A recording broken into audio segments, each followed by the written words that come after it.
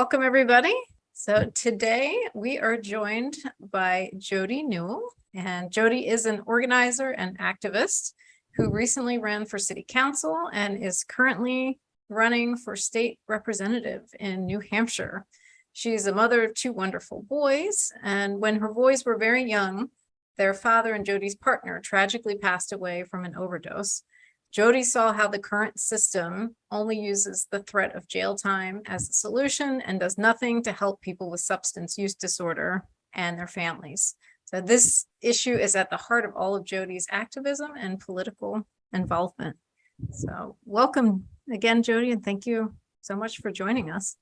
Thank you. Thanks for having me. I'm happy to be here. How does one run for state representative? Because I might want to try. Yeah, well, let me just say this. New Hampshire is a very unique state as far as how our system works. I don't know if you, or I guess not how our system works, but just kind of the setup. So within our Constitution, we have a requirement that each representative needs to represent just around 3,500 people. So 3,500 people. There are some states, I mean, Rena, you're out in California, geez, the reps out there, I mean, it's millions, right? Yeah. So it's a big difference in different states. So in New Hampshire, campaigning for state representative is very different than any other state. It actually has the largest legislature for such an unpopulated state. It has the largest legislature in the country. And it has the second largest, at least when I read this, and this might be a few years old, so I don't know if that would have changed. Maybe it did, but second largest legislature in the world. So, wow. This is a great trivia fact. Yeah, it's crazy. I mean, I actually learned a lot of this stuff when I was, doing a lot of research for Wolfpack and trying to learn a lot about the state legislature, because of course that's where we do our lobbying and stuff. So I picked up a lot of interesting little factoids along the way. For people that don't know what the largest state legislator means, what does it mean? Yeah, like me.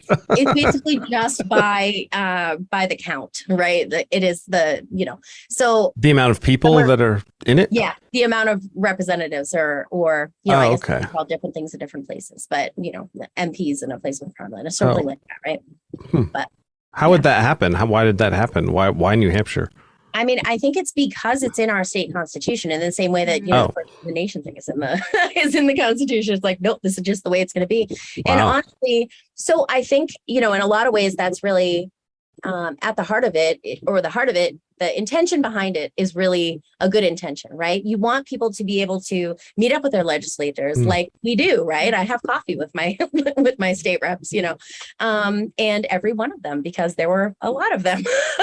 Right now, there are 3 people who are running to represent my ward in the state legislature. It's just myself running for my ward or district in the context of the legislature. And also there are two people who are going to represent in a floterial capacity. So a larger geographic area that still encompasses Keene. Or still encompasses Ward 4 in Keene.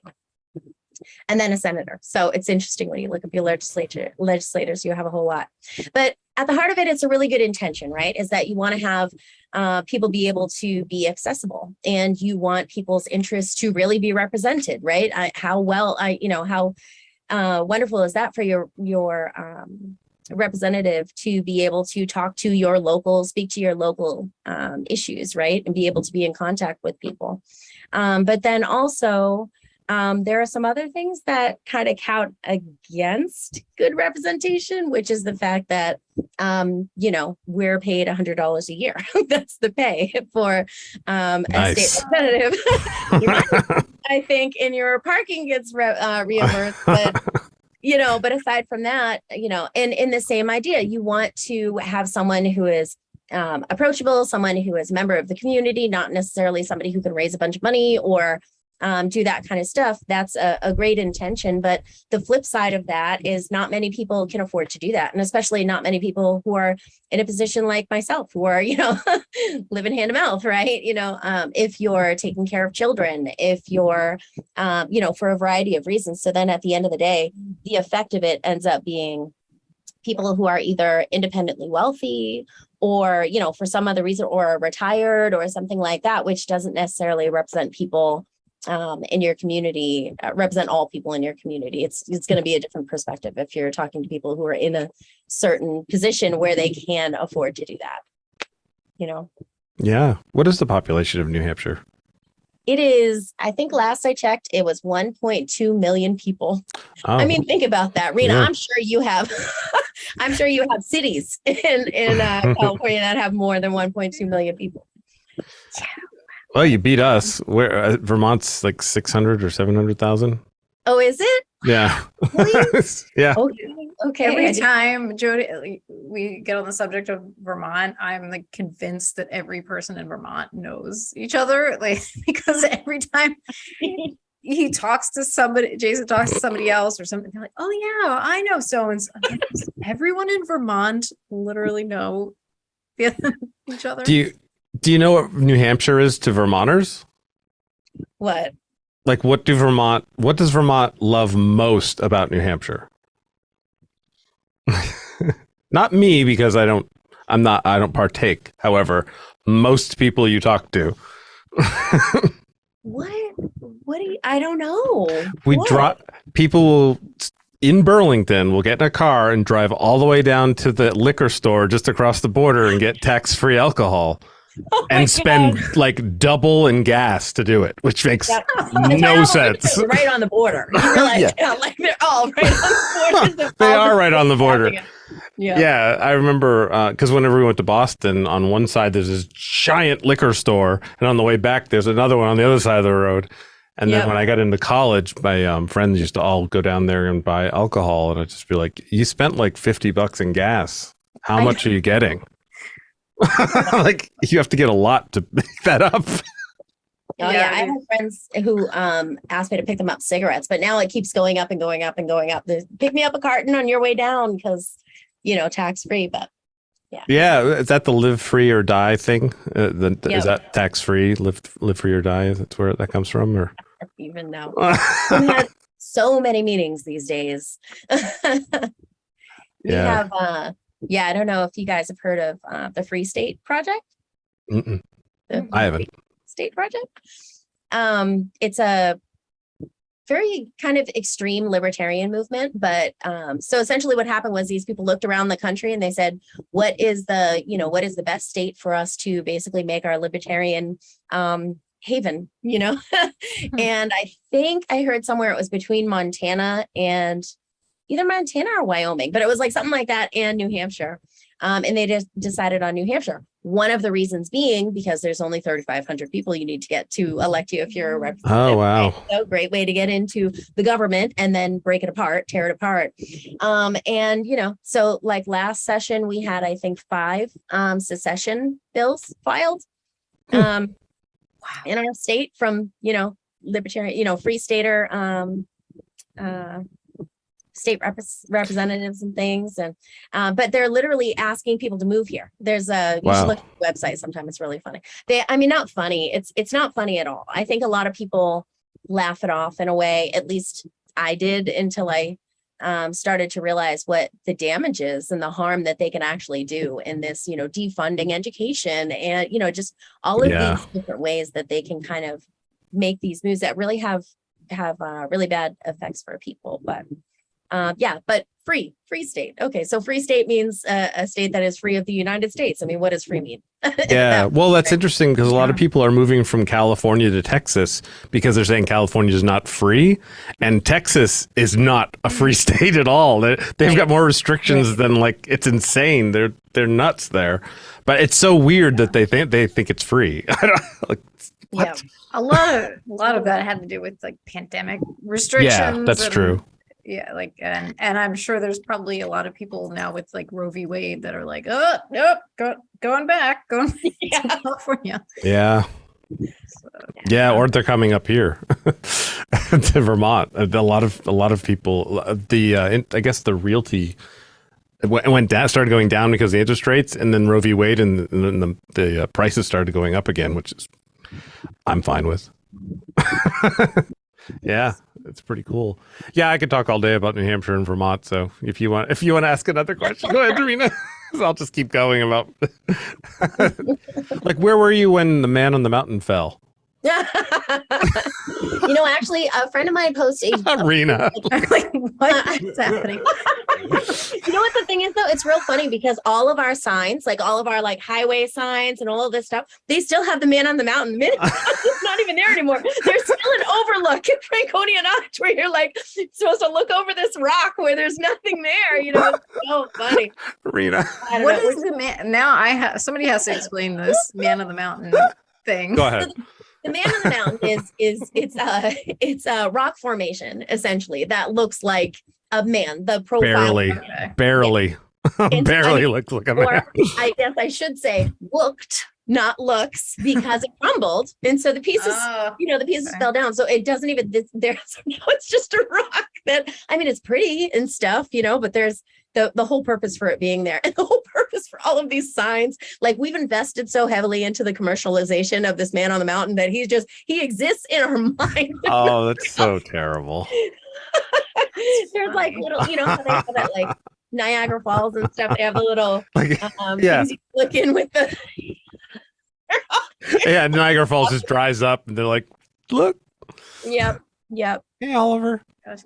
So Jodi, last time Jayson was playing with Oliver. Well, I call him Oliver Dennis, and I think now he's like showing up again because he keeps staring at Jason's little square on the.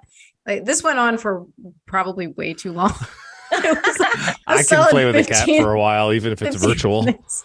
All I'm thinking, the only problem there is that you forgot to mention Oliver as featured in the blurb. I think that's a problem. Yeah, you could see his head. He's like, and I'm like wondering if he remembered Jason's voice or something. He totally remembers. Like, right? Yeah, he's you staring. Remember, don't you, Oliver? Hi. Staring directly at him.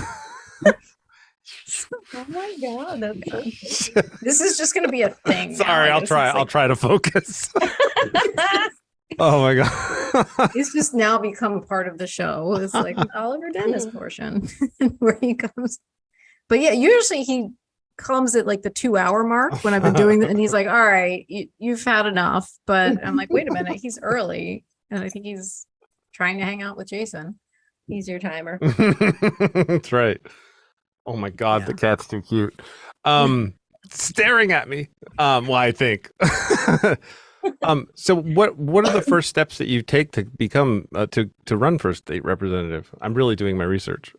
Yeah, so essentially all you do is you file a declaration of intent. So you go down to your local town clerk's office. I went down to the city clerk, Keene city clerk.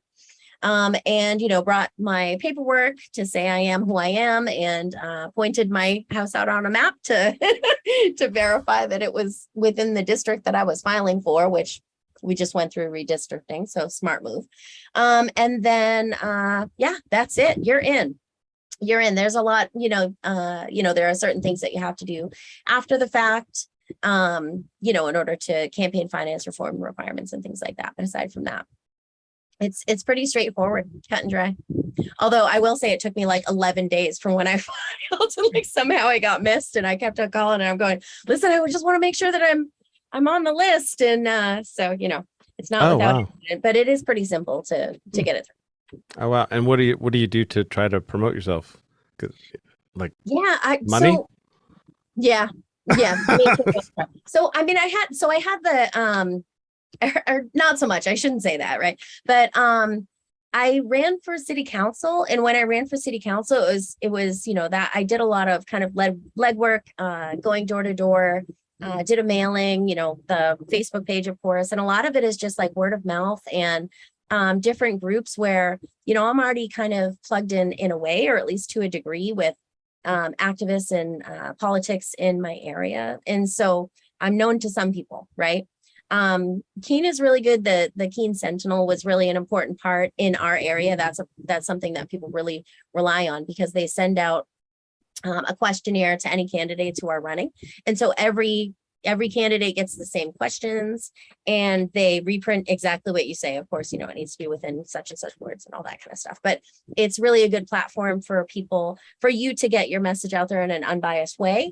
And then on top of that, I think that people in Keene really use it as a good reference point to see where somebody's coming from and stuff like that. And then, of course, based on that, you can look further into somebody and stuff. But I've heard so many people say that, that was where they heard about me. That was where they decided to vote for me, these kind of things in the city council race. And so I think not only in this, because I had the city council race, and that was just last year, I lost, but I only lost by 36 votes, which was absolutely amazing because for somebody who is just completely unknown, really to most people in Keene, that was a pretty big accomplishment in my book.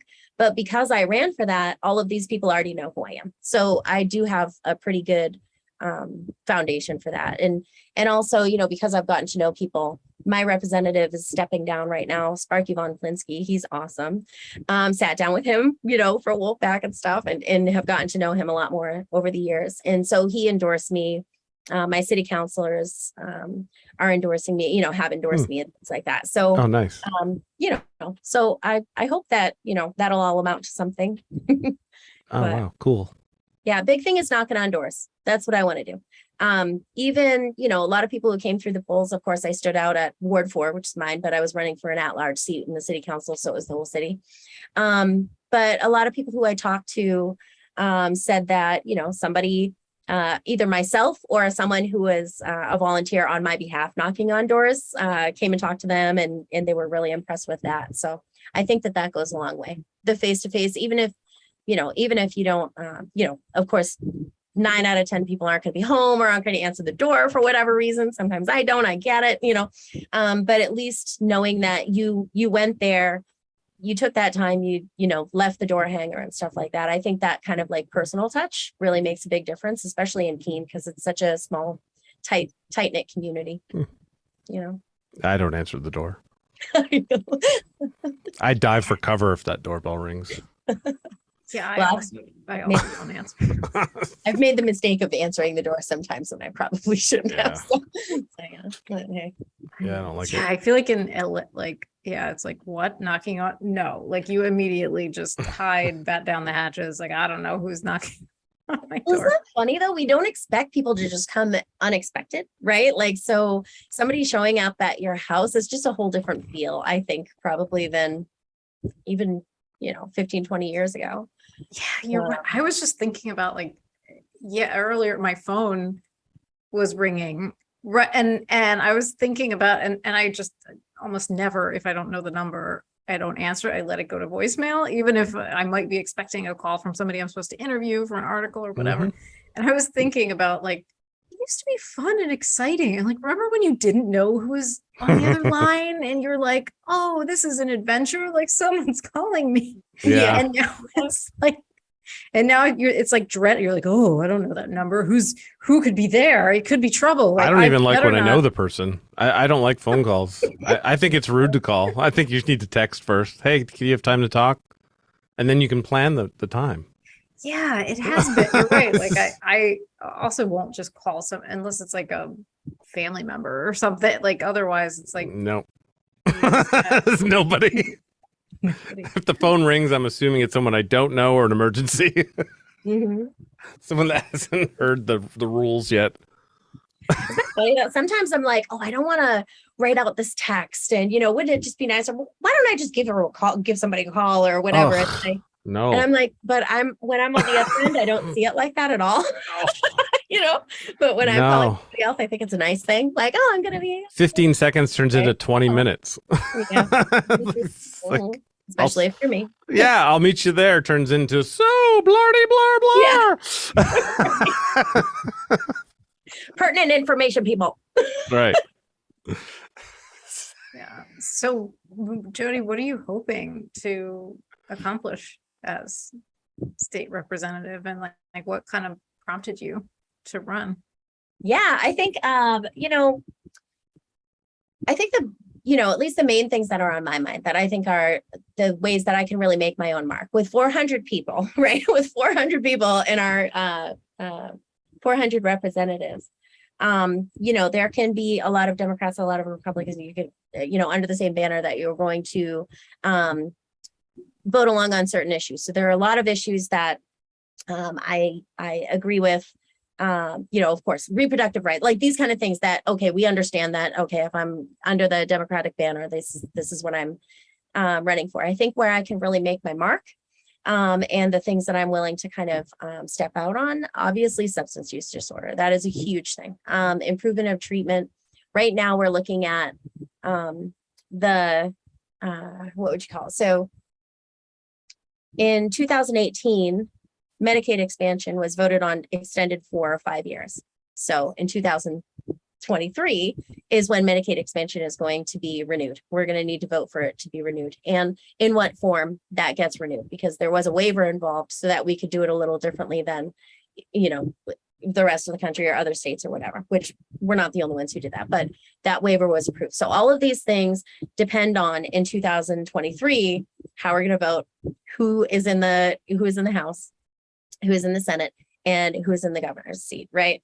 And when I was going around and doing my research on substance use disorder, the state of substance use disorder in New Hampshire, one of the things that I found was essentially our whole system, the hub and spoke model, and all of these treatment centers and community centers and things like that address substance use disorder are all based around Medicaid expansion. So Medicaid expansion allowed for these things to be implemented. So these things kind of intertwine in obviously, substance use disorder is going to be treated in that way, but it's interesting to see that that's going to be happening in 2023. So we're really going to have to put up a fight, especially with, the way that our legislature is very wishy-washy. So it goes back and forth between Republican and Democrat. You never know what's going to happen in New Hampshire. It's a purple state. So substance use disorder, that is one thing that I feel like I have some type of expertise that I can bring to the table. And then, of course, I think something that I've really been involved with recently, at least around Keene, is how we treat the unhoused population. One of the things that, I was trying to go through city council and say, not by myself, a large coalition of people, and 3 city councilors, trying to address the issue. We have a lot of people who are camping, and then these people get moved from one place to another. Of course, people who are in that position in the first place are generally there for because of a traumatic experience. I work at a homeless shelter as a homeless advocate, and my job is to talk to people who are in that situation non-judgmentally, and I've been pretty close myself. So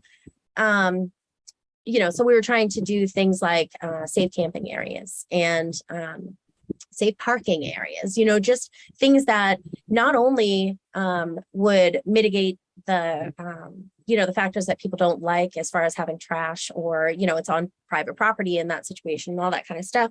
So people do have valid complaints, right? But how do we mitigate those factors to the community, and then also make sure that people are treated with respect and dignity, and that they are secure and safe and secure. So somebody comes into that situation generally based on a traumatic experience that they've had. And then what do? Then we give them an ultimatum. Either you follow all these rules, go into a shelter and do things in this way, or we're just going to treat you like you don't matter and, shush you off from one place to another or something like that. If somebody is already suffering from that trauma and then you just inflict more trauma on them, that's actively doing more harm. And so I was trying to come at it from the, through the mechanisms of the city council. And then when I was doing that, I got feedback from people on the city council and the city manager and things like that, talking about, well, we really need to reform this from the state level down. We see that homeless shelters are not compensated to a level that they need to be in order to actually provide people with the services that they need to provide them with, which is, wraparound services, or to have beds available. Another problem with our treatment centers, we don't have beds available for, so there's a lot that you can do on the local level, but there's more that you can do on the state level, and everything on the local level depends on what the structure is that's set up on the state level. So I would really like to get into those type of things and figure out how we can work for everyday people. I think, especially, what I was kind of explaining in the beginning about, it's wonderful that we want everybody to be accessible and things like that and have a small amount of people, but it ends up being retired or older folks and, retired or independently wealthy folks. Well, what kind of perspective do you get from that? Right. And I think, I don't like to harp on the experiences I've been through in my life, but I think those experiences give you some type of insight. And if you're not doing something with it to actually, lift up the voices of other people, or address the issues that other people don't see, even if they're well-meaning and trying to do the right thing. You cannot craft a policy that is meant to help people who are in that position unless you bring people who are in that position to the table. And so, not only myself, I don't think that my voice is the end all be all of all people who are in that, but I want to actually actively bring those people into the discussion and say, all right, when we're talking about this policy, is this helpful? You know what I mean? Or what is it that we can do that would actually address these concerns, or at least find out what the actual concerns on the ground are, where the bottlenecks are, and what's going wrong. And so that I can bring that to the state legislature and hopefully represent them well.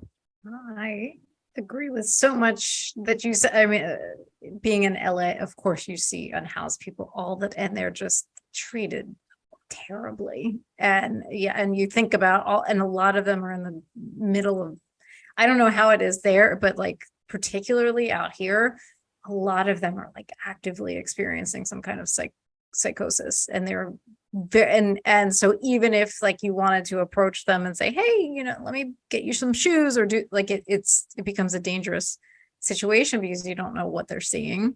And and it's a lot out here. And instead of trying to figure out some compassionate way to get their needs met, while also addressing the concerns, a lot of it just becomes more policing and more moving people around. And I think you're absolutely right, because who's in the city council, or who's like people that are independently wealthy, or older people that, and a lot of them don't have those touch points. So I think it's fantastic that you're doing that and bringing those issues there, and then also being somebody that's willing to go out and listen to other people and other perspectives. Thanks. I hope so. How does New Hampshire pay for things with, like, I don't know how taxes work. Like in Vermont, we have state tax and New Hampshire doesn't. How do you make up for that? Oh, it's property taxes. That's so your property taxes are higher than ours, probably, maybe. It's New Hampshire is pretty bad with property taxes. Oh, okay. Which is really sad. Of course. Okay, so the property tax of a homeowner gets, all right, the homeowner is paying that cost directly, right? But if it's a rental property or something like that, they're just passing it on to the person who's renting them. So it's not like it's only on property owners. Right. It's getting passed on to everyone else regardless. Which kind of explains the houseless people. Yeah. Yeah. Wow. Plus, just like everywhere, the rents are going through the roof. Oh, yeah. The values going through the roof. The rent is going through the roof. You just can't. And the minimum wage in New Hampshire, in case you didn't know, is still $7.25. Oh my God. Yes, it's the federal minimum, and it's absolutely insane. I don't know. I have worked for the last 8 years in Massachusetts, and I bought a home in Keene.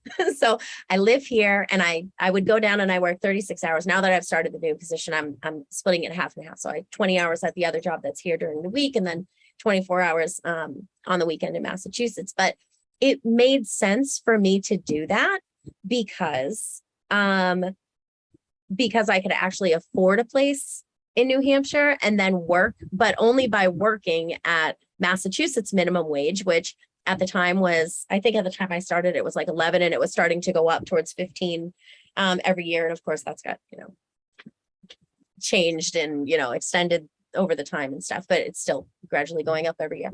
But that's the situation. You can't afford to actually live in one place unless you make the money of another place. So. I'm just curious what Vermont, we're at $12.55. Oh yeah. I didn't know that. Bragger. I had no idea. I will say, like, California is at 15, and I'm like, I don't know how anybody could live at 15 here. Yeah. Especially in Los Angeles. Like there's Bernie needs to update his $15 an hour thing. It's not quite right anymore. Yeah. I mean, in certain areas, like at this point, you need to fight for 25 really to just be able to live and pay rent and basic needs. Oh, but you hear people talk about it and they're just like appalled if anybody says anything more than 15. It's like, oh, we're just doing the and I get that because I think a lot of people are coming from, you know, a lot of the country is rural areas and things like that. But when you talk to people in cities, there's absolutely no way. I mean, I don't know. I mean, even in Keene, and I don't know how people would get by in Keene. And Keene is a pretty small, it's a city, but it's a small city. Yeah. I don't understand what the big deal is when people are freaked out about people getting paid more. It's just better. I mean, everything is affected by that. If you make more, you spend more, and that goes into the economy. I mean, I'm not a mathematician or an economist, but it seems pretty basic, unless there's something I'm missing. Yeah, well, it's even like the trickle down model, right? That like that's ridiculous. It's I know it is absolutely ridiculous. But the idea of being able to insert income somewhere, insert extra money somewhere, and say like, all right, or not extra money, but I mean insert money somewhere in the system, right? You know, the trickle down model is saying like, oh, we're going to give it to these wealthy people who are going to like put it in the bank, invest in other places, and all that kind of stuff, or whatever. Or we're going to give it to people who are living hand in mouth and guaranteed are going to spend it into the economy. Like there is no question that cannot pay the bills. And the proof of that is during COVID. When people got free money, most people or a lot of people invested it in the stock market, which means they didn't spend it. So like if you give it to rich people, it's just more proof that that's all they do is they invest it or put it somewhere. Yeah. Really. You know what I think though? I think the argument around that though has a lot to do with when people look at that. If they have a small business, which let's be real, I mean, small business, unfortunately, I when people talk about like bringing business to town and all this kind of stuff, I cringe because what you're talking about is bringing a multinational corporation into our town to pay people shit wages, excuse my language, but to pay people bad you can fucking swear. Wages, treat them badly, not let them unionize and not, treat them with dignity as workers and things like that. But anyway, whatever, that's a side tangent. But I think a lot of people they envision a small business and they say, well, how could a small business do this? Because, one of the big things I think is, restaurant workers, right? Restaurant workers, a restaurant owner, if it's a local restaurant, really is living close to the margin, right? Because they don't have that capacity of whatever. They are living close to the margin. So when you talk about that, someone who has a small business or knows somebody who owns a small business, that mom and pop shop kind of thing, that's daunting to them. But what we do in America is we supplement the large multinational corporations. The people who live at the shelter where I work and can demonstrably, this is amazing to me. Like, and for some reason, every time I say this, it shocks people. I don't think it should shock people anymore, but I work at a homeless shelter. You have to demonstrate. There is so much red tape that goes along with that. You have to demonstrate, or bureaucracy, I guess I could say. You have to demonstrate that you cannot afford to pay the bills. You have to demonstrate. And if you have a car that costs too much or something like that, you cannot have that asset because you have to demonstrate that you really have to be in there to take up space in these limited amount of shelter beds, right? Yet these people will be working full time for minimum wage for Dunkin' Donuts up the street, for Walmart up the street. Walmart pisses me off the most. You want to know why? Because Walmart pays these people crap wages, doesn't pay them full time, doesn't have them full time because they don't want to pay for any type of benefits or anything like that. And then Walmart happens to be the place that all of the SNAP benefits get spent at and all of this stuff. So not only are they paying wages that are less than someone can survive on, but so they're benefiting in that way, they're profiting in that way, but they're also profiting on the other end where, it's in all directions. Yeah. They're letting the government pay for their healthcare too, and their insurance and stuff. And yet when we think about it in more concrete terms of the person next door who has a painting company, you know what I mean? Or who has a little breakfast joint or something like that. I think that's what people think of when they think about that. But why don't we supplement those people rather than supplementing the large corporations at the end of the day? That where it doesn't stay in our. And that was a rhetorical question because we all know why we don't. Yeah. Unfortunately. Yeah, that's really depressing. Although, So how can someone? How could you help change things at your level? Like you probably believe in doing it locally, right? Essentially. Well, you know what I think? So let me just run something by you. So there's for example, we had a committee hearing a couple of months back where a friend of mine asked me to, inform me about it. And, it was something that we were talking about. And I said, all right, I'm going to go and testify. And it was about Hobby Lobby coming to Keene, right? I get the chain stores, I get the convenience and all that kind of stuff or whatever.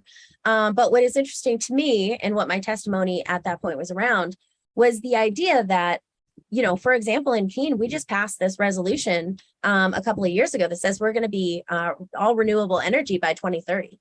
Well, if we have Hobby Lobby come in, not to mention what they do in other communities, not to mention the idea that they pay people bad wage, that it's not a good community investment whatsoever, they have a giant building that they're going to be using.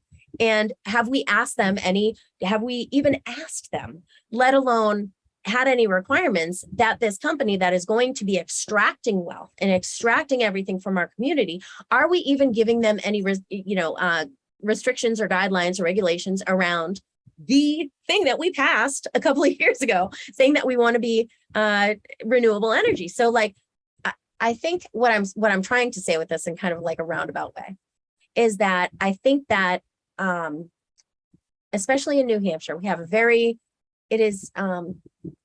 should I put it? It's very non-restrictive. It's non-regulatory. You know what I mean? There's this idea that, it's this free market mentality. And I think if we actually want to follow through and hold ourselves to the ideals, we hold citizens, we hold everyday people to their ideals, to these ideals, right? We can pass whatever policy we want, but unless it is holding these large multinational corporations, if they want to operate in our state, unless it is passing legislation that regulates what they do within our state. I'm trying to get back to the actual question because I think I answered it, but I'm not trying to figure out how I kind of wrap this up with a bow. I think that what it comes down to is creating the structure, creating the policy, the regulatory policy that makes our aspirations, our goals, and our values actually possible. Does that make sense? Yeah, I understand that. Yeah. I think also it's good to have examples for other places, like in Vermont, UVM, they have a policy. The UVM Medical Center has no one goes without prescriptions. So if you honestly cannot afford anything, they will just give you prescriptions for free. When people hear that, if the right person hears it in the right state, might go, wow, if they can do it, then maybe we can do it. It's a good way to also set examples, for other states.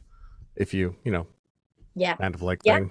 For sure. And actually, speaking of which, because what is it? I can't remember what the actual legislation number is, but in Vermont, the idea of it's like a big box store bill or something like that. I need to look that up. There is something.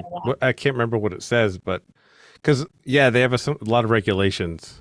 Yeah, but it's kind of this runaway system where, in any community, you just allow any business to come in, no matter what the effect of that community or what the effect versus the benefit, right? And so what Vermont did with the big box bill was, and I'm probably calling it the wrong thing, but but it's something like that. And that's probably the nickname. I like that name. Right. But what it is it's weighing the pros and cons of, what is this bringing to the state? Is it actually adding anything of value? And then what is the demonstration? It's just a cost benefit analysis, really. But I think that's what we should do rationally, Yeah. Well, everything, it should be a thought process. Right. Definitely. Yeah. Did anybody ever see the movie High Cost for Low Prices? The Walmart movie? It sounds familiar, but I don't remember what's in it. Holy crap. I haven't seen that one. Well, in that they describe Walmart's plan. It's to make a super Walmart and then have satellite stores like 20 miles away from it. And they actually call it the dead zone in their plan. And the idea is that you destroy as much small businesses as possible so that everybody not only shops at Walmart, they also work at all the Walmarts. Yeah. Then once it gets too bad, you close the satellite stores again, and everybody now makes businesses. It's like a 20 or 30-year plan. People make their businesses again so that they can recover, and then you open up the stores again and make a dead zone again. That's like their plan. Yeah. That's why I don't shop there. I don't shop there either. I have a personal Walmart ban that has been in effect for probably 20 years now. And I'm going to tell you the one time I had to go to Walmart real quick. Let me just tell you, because it's very, I have been driving across the country. I love road trips. It's a big thing for me. I drove across the country at first when I was like 15, with my grandparents. And ever since then, like, I love it. That's what I do. Not so much anymore. Now I own a home, so I can afford it. But anyway, whatever. But moral of the story is, so I've been driving around the country for 25 years or something like that. And, so I've kind of seen a little bit of the evolution. Well, I remember I want to say it was like maybe 10 years ago or something like that. No, it's got to be a little bit more because my kids were in diapers. So I'm driving down to Memphis, and I have this personal Walmart ban that has been in effect for like 15, 20 years now at this point. Probably split the difference. That's probably the right one. But anyway. And so I don't go to Walmart. Well, I'm driving down the highway between here and there, and I keep seeing, and I realized that I'm out of, I think it was wipes or diapers or something like that. It was something that, I needed for the kids.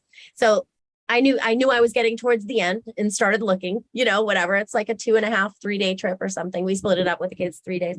And I'm driving down and I'm looking and we're just keeping an eye out for a store. I was driving through places that were like, they might as well had tumbleweeds rolling down the center of downtown, all closed up shops, boarded up storefronts in this like, nice little downtown area, and everything is closed up. And I'm like, what the hell? I literally went to like malls where you think like there would be, the whole entire mall is closed down. Like nothing, it's not even open. I literally could not find a place other than like a gas station store or something like that for the longest time, to the point where I actually ran out and was like, okay, I have to. So I had to go to Walmart. This is why it's my last time I had to go to Walmart story, because it was literally the only place where I could go get these diapers or wipes or whatever it was. Yeah. And to me, it's just so indicative. It's so like visual in your face that like to drive for 2 days and all of these, otherwise, what once were nice little downtowns, you can see it, and there's nothing, might as well be tumbleweeds. I mean, it's so sad because that's what it does. And then you go into Walmart. This is my favorite part of the story. You go into Walmart and there's a tax place and there's a haircutting place. And there's there's just all of those things that used to be mom and pops are now within the Walmart superstore. It's like, it's so depressing. I don't know. That's their plan. Is that, when I say I have a personal Walmart ban, some people look at me. I know probably a lot of people do this when I'm not looking, but I've gotten like looks from people like, you think you're so good, like I'm better. Yeah. No, I don't. It's like, I don't think it's, but on the other side of it, I recognize that the way that our economy has gone, we have made it so that people can only afford to go to Walmart. Like, so it's not like, it's not even a choice for a lot of people. It's not a choice because the prices are based on what the dollar store has and what Walmart has. And that's what people can afford to buy. And I'm not looking side eye at anybody because that's not, because it's not like someone's making a moral choice. It's not like I get to take the high ground or anything like that. That is what our society has produced. We set up a system and the system produces what it is. If you don't like what it's produced, then you need to change the system. And that's where we're at. Anyway. Yeah. Yeah, that's such a great small story, to encapsulate all of that. It's true. Some people have to shop there. I know. You're right. Yeah, Yeah. I think one of the things I like about my neighborhood out here is like there are actually still some small businesses that you can go into and at least like some restaurants and things that are not chains. I don't know how they're surviving, but but they are. And so you have the population though. Yeah, I guess but yeah, at least there are some places, because if I go back to the East Coast and visit friends and family there, like, everything is just these big box stores and nothing else. And I'm like, oh, this is terrible. It's awful. Like, I like I like the small businesses and like I have a candle shop where the candle guy has been there for 10 years and he decorates the store and he helps you pick out your candles. And I'm like, this is great. Like, I want to shop for candles at Walmart, or thankfully I don't have one anywhere near. I don't have a car and I couldn't even get to a Walmart if I wanted to, which is nice. I know. I want to live where you live. No, I'm just kidding. I mean, it's got its problems too, of course, but that aspect is nice that there are still some small restaurants and businesses hanging on that you can frequent. See, now I used to have a video store. I used to own one. It was also the best job I ever had. It was the best. Were you like Clerks? Yeah, actually, we also made a movie and had it set in the video store. But yeah, totally like Clerks, except we weren't like moronic. But this was before the internet took over, because when I got a Netflix subscription, I knew it was time to close my video store. But like this company moved in down the street called Movie Gallery, which they marketed themselves as a small business, but they're actually the second largest video store in the country at the time. Blockbuster was number 1, Movie Gallery was number 2, but they didn't advertise a lot, so no one thought. They thought they were just a local store, but they were not. The manager of the store came into my store and said I wanted to introduce myself. His name was Jayson also. I was like, oh, hi. Like, yeah, I'm the manager of the Movie Gallery. We just moved in down the street. And I said, okay, nice to meet you. And he goes, yeah, I just wanted you to meet me. We're going to be putting you out of business. That's what he said. Wow. Yeah. And don't pull any punches, bro. Yeah, I know. I just want you to see my face. Yeah, as I'm screwing you over. Like, unbelievable. And what they did was they would get, because they had a corporate money behind them, their plan is to go into a community, make everything insanely cheap for 7-day rentals. So like at the time, I think it was Home Alone 2 came out or something. I don't remember what it was, or maybe I don't know what it was, but we got 50 copies, which is a lot. And we charged $350 for a 1-night rental, which was really normal at the time. They came in and made it $1 or maybe $1.50 for 7 days. Yeah. And they rode in the red for months. And so all the people that were like, they were all like the best customers, just were like, we'll always be with you. And then slowly they started disappearing. And I remember I was friends with a lot of people, obviously, I'm from Vermont.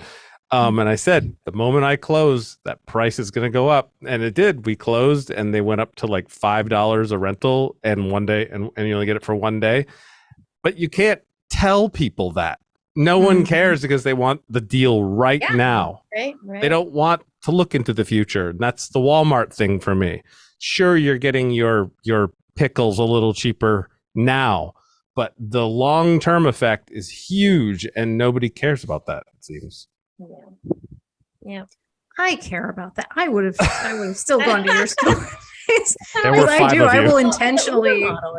Yeah, it's like, well, to the extent that you can afford it. Yeah, I mean, of course, you understand some people just can't, like what you were saying, Jodi. Some people can't make that choice because they're like, this is all I have. But to the extent that you are in a position where it's a choice, like I definitely care and will intentionally, even if it means I have to spend more to support a small business, I will be intentional about that because I know I can support that person. You're a unicorn. There's not a lot of people that do that.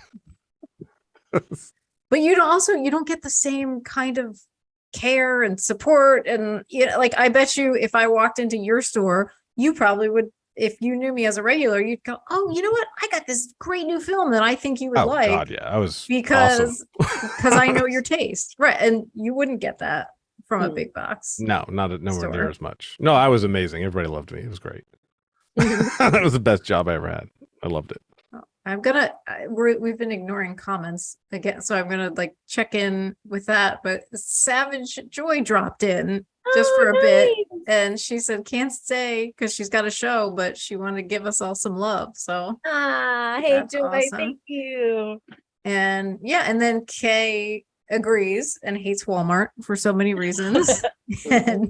and says, I stopped shopping at Walmart when I found out that they took out life insurance on their employees and didn't give the money to the families of the employees, and the families had huge medical bills. That was in that same documentary. Oh, wow. I know I didn't know that. Jeez, maybe I just blacked it out because I don't want to remember it.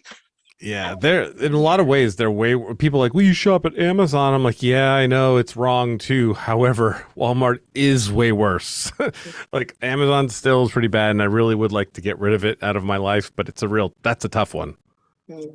I actually like a couple months ago did get rid of my Amazon, and it gets tough, like, because usually I can walk to stores.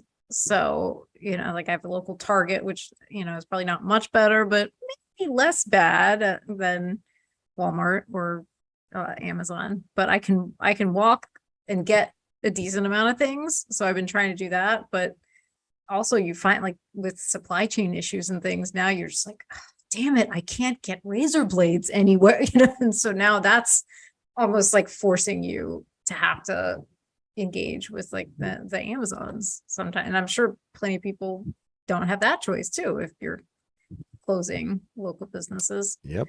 Yep. What do we do?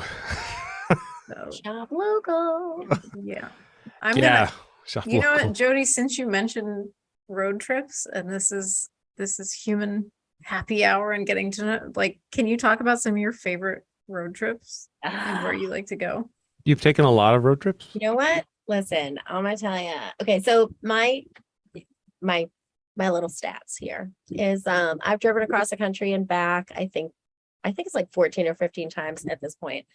My coolest fact, or my favorite, is that my kids, by the time they started elementary school, had driven back and forth across the country, I think 6 times. So that was really cool. Wow. I used to tell my kids, like, hey, guess what? And of course they're like 4 at this time. And I'm telling you, like, whatever.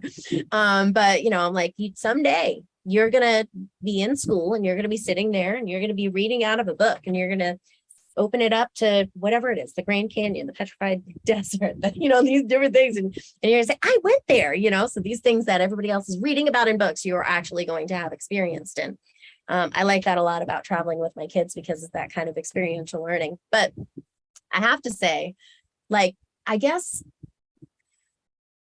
I like every place that I've been. I've actually been to, as of like 5 years ago, I had been to every single continental US state except for Alaska. Never been to Alaska, and it's on my bucket list, y'all. Alaska, I'm coming for you.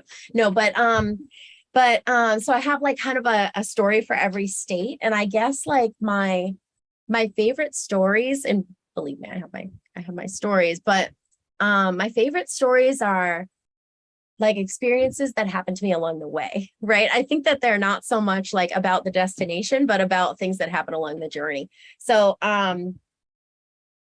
here's a good one. Okay. So I got pulled over in the middle of the night. This is actually a really funny one because I got pulled over in the middle of the night in Montana, of all places. Because Montana, I think we all know the speed limit is like 90 or something, or 80 or whatever it is. It is insane. You can't get pulled over. What the hell were you doing in Montana? But I did. I got pulled over, right? Or let me put it this way. I got pulled over because here I am. I'm driving in the middle of the night by myself. I think at this point it was 11 o'clock at night, right? And I'm driving, by myself. I hardly saw anybody else on the road, I think I was on my way to Seattle or California or something like that. And so I'm driving and all of a sudden I see like, the single light, whatever going off, and I pull over and this guy walks up, and it was really like, looking back at it afterwards, I'm thinking like, okay, you'll see. So anyway, but this guy pulls me over and he says, hesitate to say officer because I don't know, but he pulled me over and he looks like he's dressed like, an officer and stuff like that. And he like pulls out this little pad, whatever. And he's like, you were going, whatever, it was something stupid. It was like, you're going like 84 and an 80 or something like that. And all I'm thinking at that point is like, I have out of state plates. Like people in other states love to pull people over who have like whatever, who have out of state plates because, you're stuck there. You're like, you have to whatever. But the crazy thing about this situation was that he told me that I had to pay my fine right away. So what he told me was that either I had to pay him cash right now, Anyone from Montana, tell me if this is real. Because I'm thinking, I was shocked. And I'm going, all right, I'm driving across the country by myself. I have like X amount of money that is literally from like the gas calculator online. This is how much you're going to need and all of this stuff. So I had very little amount of money. Plus the gas prices had gone through the roof. So like at that point, I was already behind, and I'm going $40, but I had to hand him $40 right then, or else he was apparently going to throw me in jail and tow my car and all of this stuff. And I'm alone on a highway in Montana where you literally can't see any other lights. And I don't think I've been through a city in like 20 miles, but okay, I guess that's what I'm doing. He's got this little pad of paper and he's writing stuff on it, but he doesn't ever even hand me a ticket. He just takes my $40. Sounds like that's not an actual. This is what I'm saying. But here's the beautiful part of all of my stories, because they all have a wonderful ending. So everything leads to something. Even if you think it's crap, it always leads to some like good experience. So case in point, I'm like, okay, I am not driving anymore in Montana. I'm finding the next town. I don't care what the next exit is, but I'm getting off. I had this habit where like I would go to, even like say it was like a trucking company, and I'd like park in between trucks, like my little car in between trucks. So like I felt safe, like just like, okay, I'm going to sleep here or whatever. But anyway, so I figured I was going to do something like that. But what do I pull into but this tiny little town where it's like literally you drive 2 minutes and you're through the town and you're like out into the middle of nowhere. So this town has a general store. It has a post office. It has, I don't remember what else. Those are the only two things that I remember. But in a saloon. And my favorite, because I play pool. I got trophies behind the screen. But anyway, I have to throw that in there every once in a while because I only have so much to brag about in my life. But anyway, so I love shooting pool. And I'm thinking, oh, this is great because I drive by this place and it's literal saloon doors. Right. So it's like the doors that you see in movies where you like push open these two, swinging doors and whatever, guns out or something. And so I see people playing pool inside, or I saw a pool table. I don't remember what but I saw that there was pool and I was like, okay, well, I am passing out in this town. So, but it's a small town. And of course I have these kind of like things where I want to be careful about stuff, and single, at this point, 19, 20-year-old girl driving across the country by myself or something. And so I'm like, okay, so I turn back around at this. I mean, the street was like, it was much shorter than my own street, but that was the whole town. But anyway, so I come back. It actually had a sign in it, and it had one of those like population signs. I think it was like in the hundreds, but anyway, so whatever. But I turn back around and I go to like the only place where there's actual cars, because there's like a postal Jeep, not like a professional, but it's like a Jeep, right? That has the post office symbol on the side of it, right? So there's postal Jeep. And then there was like another car, and I was like, or another whatever box truck or something like that. And I was like, okay, so I'm going to park in between these two cars because like, you don't see me here, right? I'm freaked out, but I don't want to like whatever. And I walk around to this saloon. And so I go into the saloon. The saloon was awesome. There were like 4 people in it, and we shot pool all night. My favorite part was that no money was exchanged. Like that was the funny part about it. No money was exchanged because in this small town, it's all just like everybody, you just got to tally. This is your bill. This is your, what do they call it? Not your tab. All right, you got your tab, but everybody pays it at the end of the week when you get paid. That's the whole thing, or you pay down a little bit or whatever. It's set up that way because there's no money exchanged in this whole situation. So like everybody's buying me drinks, but it just goes on their tab, and I don't know, whatever. I thought it was really cool. And then, so I'm having a blast. It's, for like 2 hours or something like that, drinking with these folks. I don't know what I was thinking was going to happen at the end of the night. Like, where did people think I was going to go? You know what I mean? Now that I've had a few, you know what I mean? Like, am I going to get back on the highway? I don't know what I thought other people were thinking. I guess I wasn't thinking that clearly at that point, but I go back to my car, and sandwiched in between the postal Jeep and the, box truck or whatever. And I'm just okay. And I go to sleep. Next morning, I get woken up at like 5:30 in the morning, only a couple hours later, by like knocking on my window. And I look up, and it's the postman, because there's only like 150 people in this thing. And the postman, of course, is somebody who I was playing pool with. Right. It was so funny. And but the beauty of it is that like, something crappy happened with this police officer. Now I don't even know. I honestly don't even think it was a police officer. I think it was somebody who was just, a scammer, whatever. Okay. But I lived through this story. So that's wonderful if that was the case. And because of that made me stop and say, okay, I want to stop the next place. And the next place happens to be this tiny little town in Montana. And I got to hang out. It happened to have a pool table. So I got to hang out with all of these people, it's just all of the kind of things that come together for an experience that you'll never forget. I will never see these people before. Facebook did not exist at that time, but I got to have that experience of, just meeting different characters and having this kind of just weird, experience for, adventure for an evening, and then like move on and okay, cool. And you know what I think is best about that, not to be like long-winded or anything, but to bring it back to the idea of like, traveling with my kids when they were younger, like we did that by necessity. I couldn't get childcare. I couldn't afford childcare. So like I was going to be home with kids anyway. So like, if you're going to be home with the kids anyway, and whatever, then okay, you might as well be traveling. So like, yeah, that was part of it. It was kind of just like, okay, there's something to do. But the other part of it is that I feel like my kids, even now, if you talk to them, they could talk to anybody. They could have a conversation with anybody. They have a different perspective because they have met so many different people and talked to so many different people and experienced so many different, even within, America, and the different kind of flavors, and the different attitudes and the different atmospheres and stuff like that. And they have this kind of well-rounded perspective, in my opinion, you know what I mean, to be able to understand people and that kind of stuff. And hold on, but just to bring it back to Square, just to bring it back to Walmart, as if we didn't want to get away from that conversation. This is one of the things that bothers me the most about it, is when you're driving around, you experience the different subcultures around America. You know what I mean? Like there's different areas. And now with things like Walmart, all you have is like these, Boston is like lobster or whatever. And so you have like all of this made in China, Boston, lobster merchandise and stuff like that. It's like we've taken the flavor of these places and commercialized it, because places like Walmart just want to have something that is like, it's like the tokenization of all these beautiful subcultures that we have in the United States. And so I think, anyway, I don't know how to wrap that up with a bow, but same idea. But I love it. That's a great story. Wow.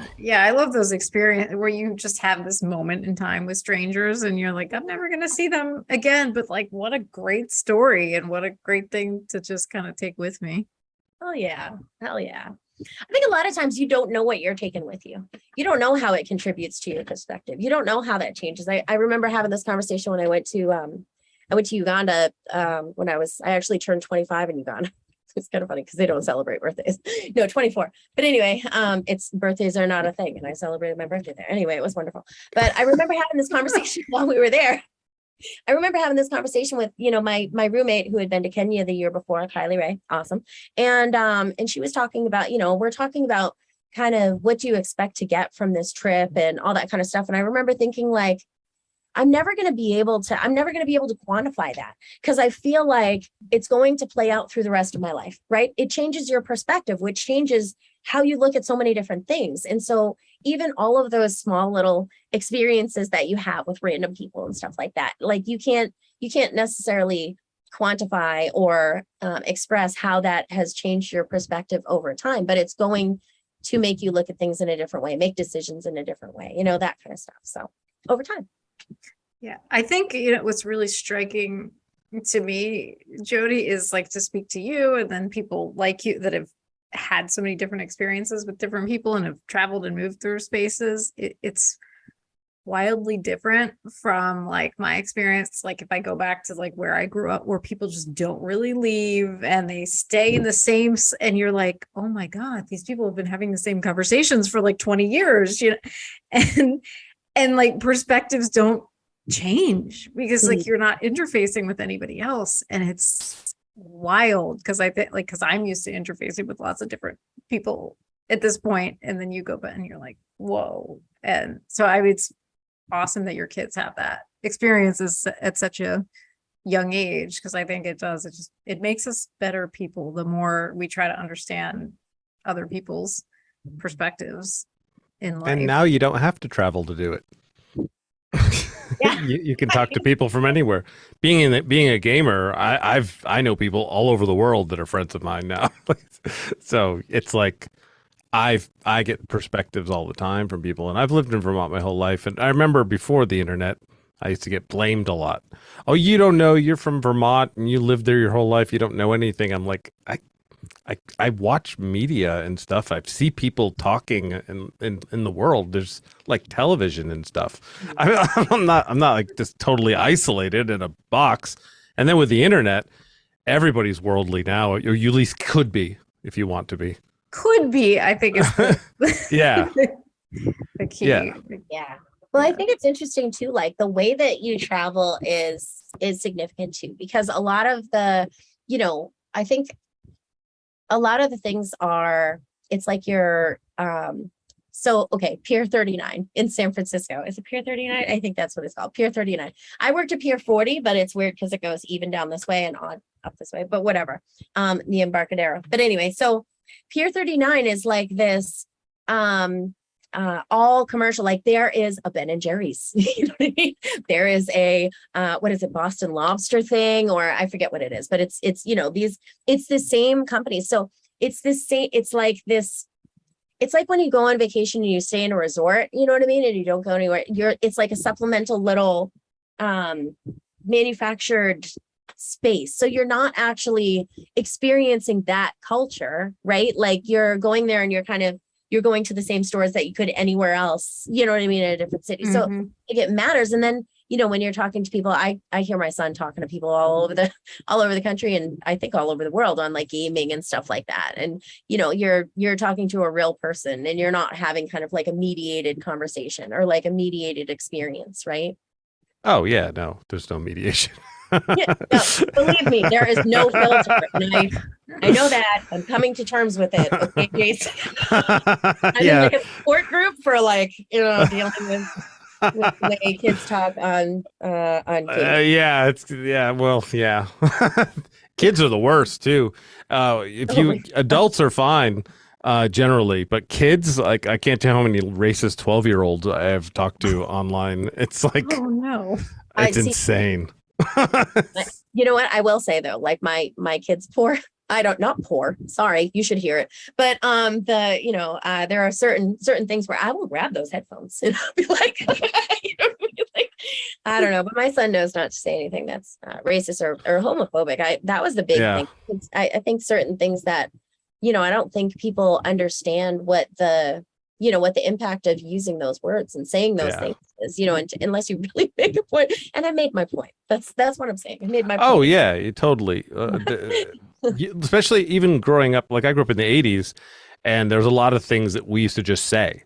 That's gay or that's retarded. And you have to train yourself out of that because it's doing harm.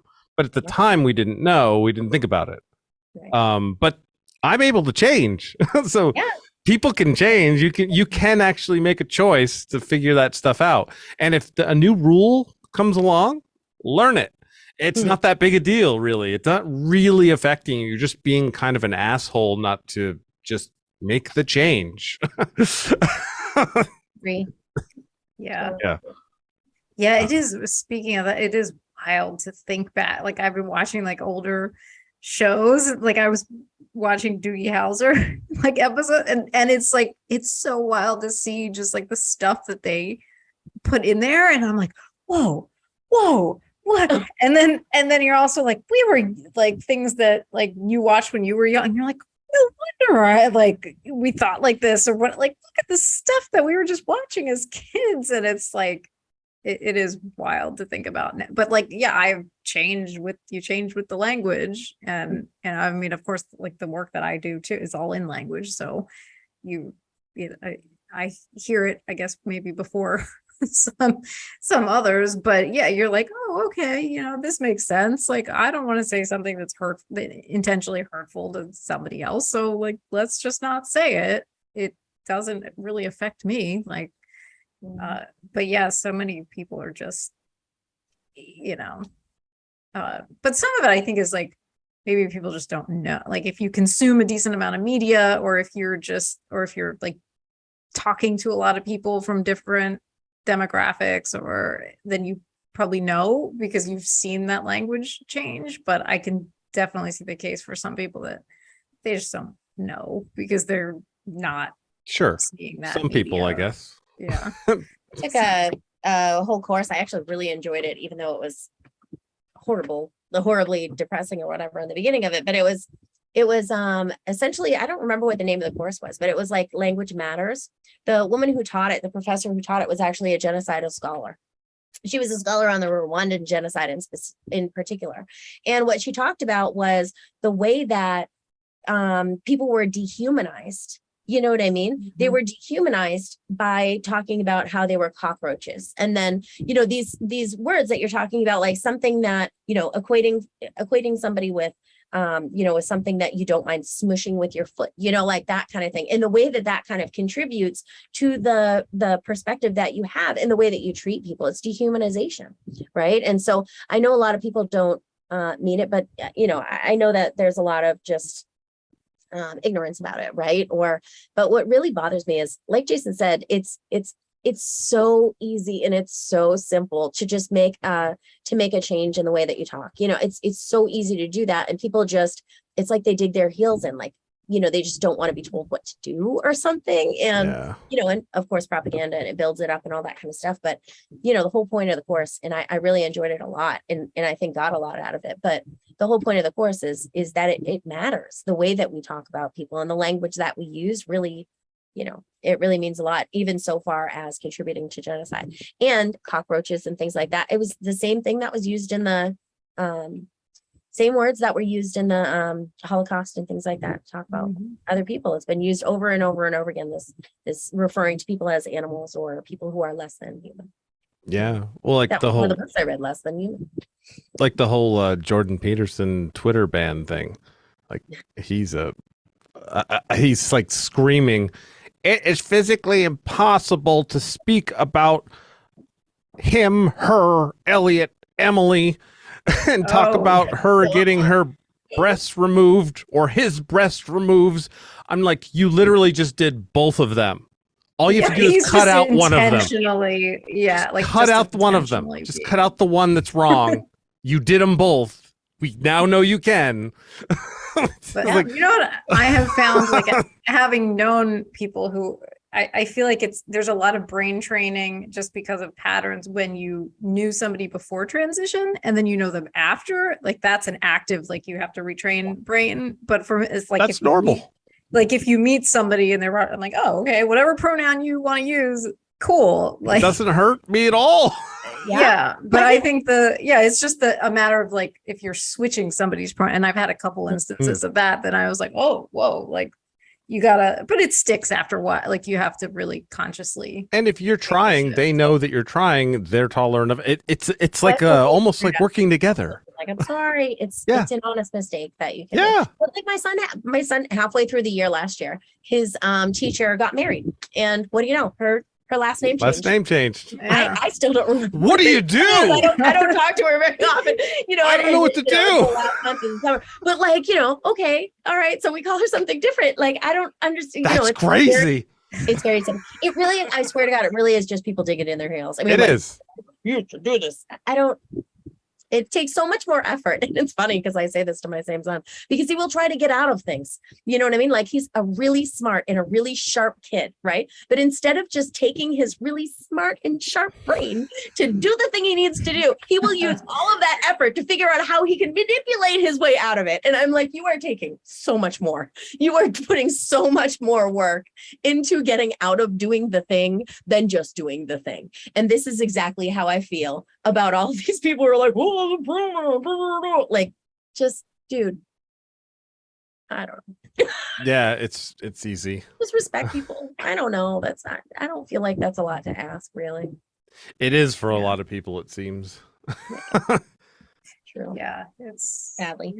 It's interesting. Yeah, like to see how people dig their heels in that way. And I mean, I spend time playing with language and all the time, like, and then we have specialists that study the language and tell us like this is why, and they'll consult with different populations. And so I spend a lot. I'm like, oh, okay. And it's a lot to remember, but it all makes sense and you get it. And but then like just to see people dig their heels in with that, I'm like, why are you so invested in this? That's the strange thing. And especially with like with pronouns and I'm like, what? Why do you care? I'm like, I just, like I saw a comedian do a bit about it that I thought was quite good. And like, he was just like, he's like, it's like, whatever you want to do, whatever you want to be called. He's like, I got to go to the bank, like, and I was like, that's such a, cause he was making the point where it's like, it doesn't affect me or my life. Like, I will call you. I will do whatever you want. It's like, a minor inconvenience compared to what they have to go through. Yeah, absolutely. Absolutely. Yeah, it's nutty. So, Jodi, I want to ask you, like, because we kind of touched on it with your bio, but sort of the catalyst and the story that kind of brought you to the forefront to engage politically, and it's kind of been a big part of your journey. Do you mind kind of talking about that Not story, and then kind of maybe like connect it to kind of where it's led you now? For sure. I think, and just to preface it, it's a story that I share like constantly, like over and over and over again. I think it took me a long time to really be able to do it because there is so much stigma built up around it. But that's why I am so grateful for activists and advocates who really lifted up my voice in the first place and made me feel like I was a valid human being whose experience mattered, and Corey's experience mattered, right? But so essentially what happened was, we were living out in California, my fiance at the time and I, and we were essentially recreational drug users, right? One of the things that we had access to just by virtue of people that we knew, and it didn't really seem like too big of a deal at the time, was OxyContin. So this is about oh my God, it's 17 years ago now, 16, 17 years ago. And so, something that, we kind of had this back and forth where we'd be like, oh, we go get one and split one or whatever. And then we'd go a couple of days and whatever. Well, then I got pregnant. And when I got pregnant, that's a hard stop, y'all. Like whatever is going into my body is going to my baby. And so like my choice at that point was, no, I don't want to pass something on to my baby because I wanted to have that baby. So I stopped, right? It was not necessarily easy, but it was a choice. Like I felt like if I made the choice to have the baby, I didn't want to do that. And so I was able because I had a biological imperative based on my choice. So I stopped. And at that time, it was harder for Corey. And so we ended up moving back to Boston, and there were just like a lot of odd things that were happening where I knew, Corey wasn't being honest with me, but I didn't know exactly what it was. I thought he was cheating on me because that's what you go to, right? Which is kind of funny. Like if Corey and I, it's kind of like little saga there. That was a pretty weird, that wouldn't happen. But anyway, or I hope it wouldn't happen. But anyway, thinking back on it. And one night, Corey was pulled over, and he was pulled over by the Massachusetts State Police. And they said they smelled marijuana, and Corey was acting funny. Now, a friend of ours had come to visit a couple of days before, and there was like this kind of like hush hush where I knew I wasn't getting the full story of what was happening. Later on that night, Corey calls me up, I cannot even describe, because Corey was like my big, strong, I literally called him my big, strong, handsome man, and he calls me up.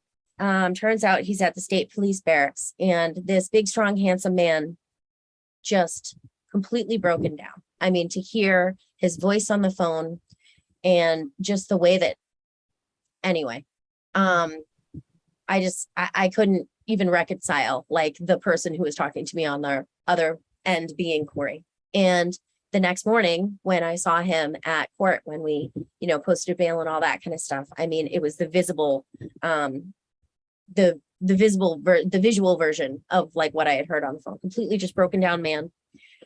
He told me about, of course, so when he was pulled over, he had, I can't remember exactly what the number was now, but he had a small amount of heroin and he had a whole bunch of pills. And he was just completely broken. I remember walking back to the car after leaving the the thing. And of course, breaking away from family. So it's just the two of us walking towards our car and everything. And I remember him literally just breaking down. Now, mind you, my big, strong, handsome man, my protector, right?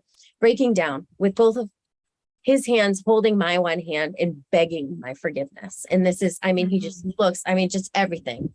I don't know how to explain that to you, but I remember that so clearly in my mind. Because as he explained to me, like the way he was treated, we want to talk about dehumanization. It was just instantly like, you are a drug addict. And so now you deserve no respect and no dignity and all of that. And so that was the experience that he was describing to me. So Corey actually pretty privileged person in that respect, as far as, getting treatment and all of that kind of stuff. He was able to access treatment. He was able to go to McLean Hospital for, for rehab and detox and all this stuff, doing the 90 meetings in 90 days. And he's really trying to do, but he's doing all this because he's facing, it actually started as a 15-year mandatory minimum. So he's facing a 15-year, this is based on the quantity of drugs that he had, the quantity of pills that he had. And it's just like, okay, 0 to 50, this is 5 years, 50 to 100, this is 10 years, 100 to 200, I think it was, this is mandatory minimum 15 years. So I'm sure you're familiar with what a mandatory minimum is, but it takes it completely out of the judge's hand. It says, no matter what, if someone is caught with this, then they are going to jail for that amount of time. So during the trial, now, mind you, at this point, we had a newborn baby. Corrado was, I think at the time he was pulled over, it was like 2-3 months. I remember going to like rehab at McLean there was like a Patriots game and, like whatever. And I don't even think he could stand yet. So he was like a couple of months. And so, and during this time, while Corey was going through the trial and everything, I became pregnant and found out I was pregnant again. That's our younger son. So imagine being in the position where you are facing a 15-year mandatory minimum. You have one newborn child. Now, I'll tell you something about Corey. I don't know if it's something about like he's got this big Italian family, and this is the whole thing is you take care of your family. And that's the mission, right? It's to be like this family man and whatever. And that's what he always wanted, right? So now he's found, okay, this is the person he's going to marry. We're going to start a family. We were planning our wedding, like all of this stuff.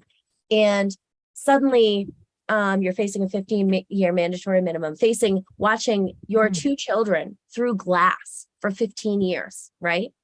So he's doing all of these things because he had to satisfy the court, right? He's doing all of these things but he's still under the threat of just this horrible, horrible existence for the next 15 years. So you put somebody in that position, you say like, all right, well, you need to recover now. And then there's this is the threat that you're hanging over their head.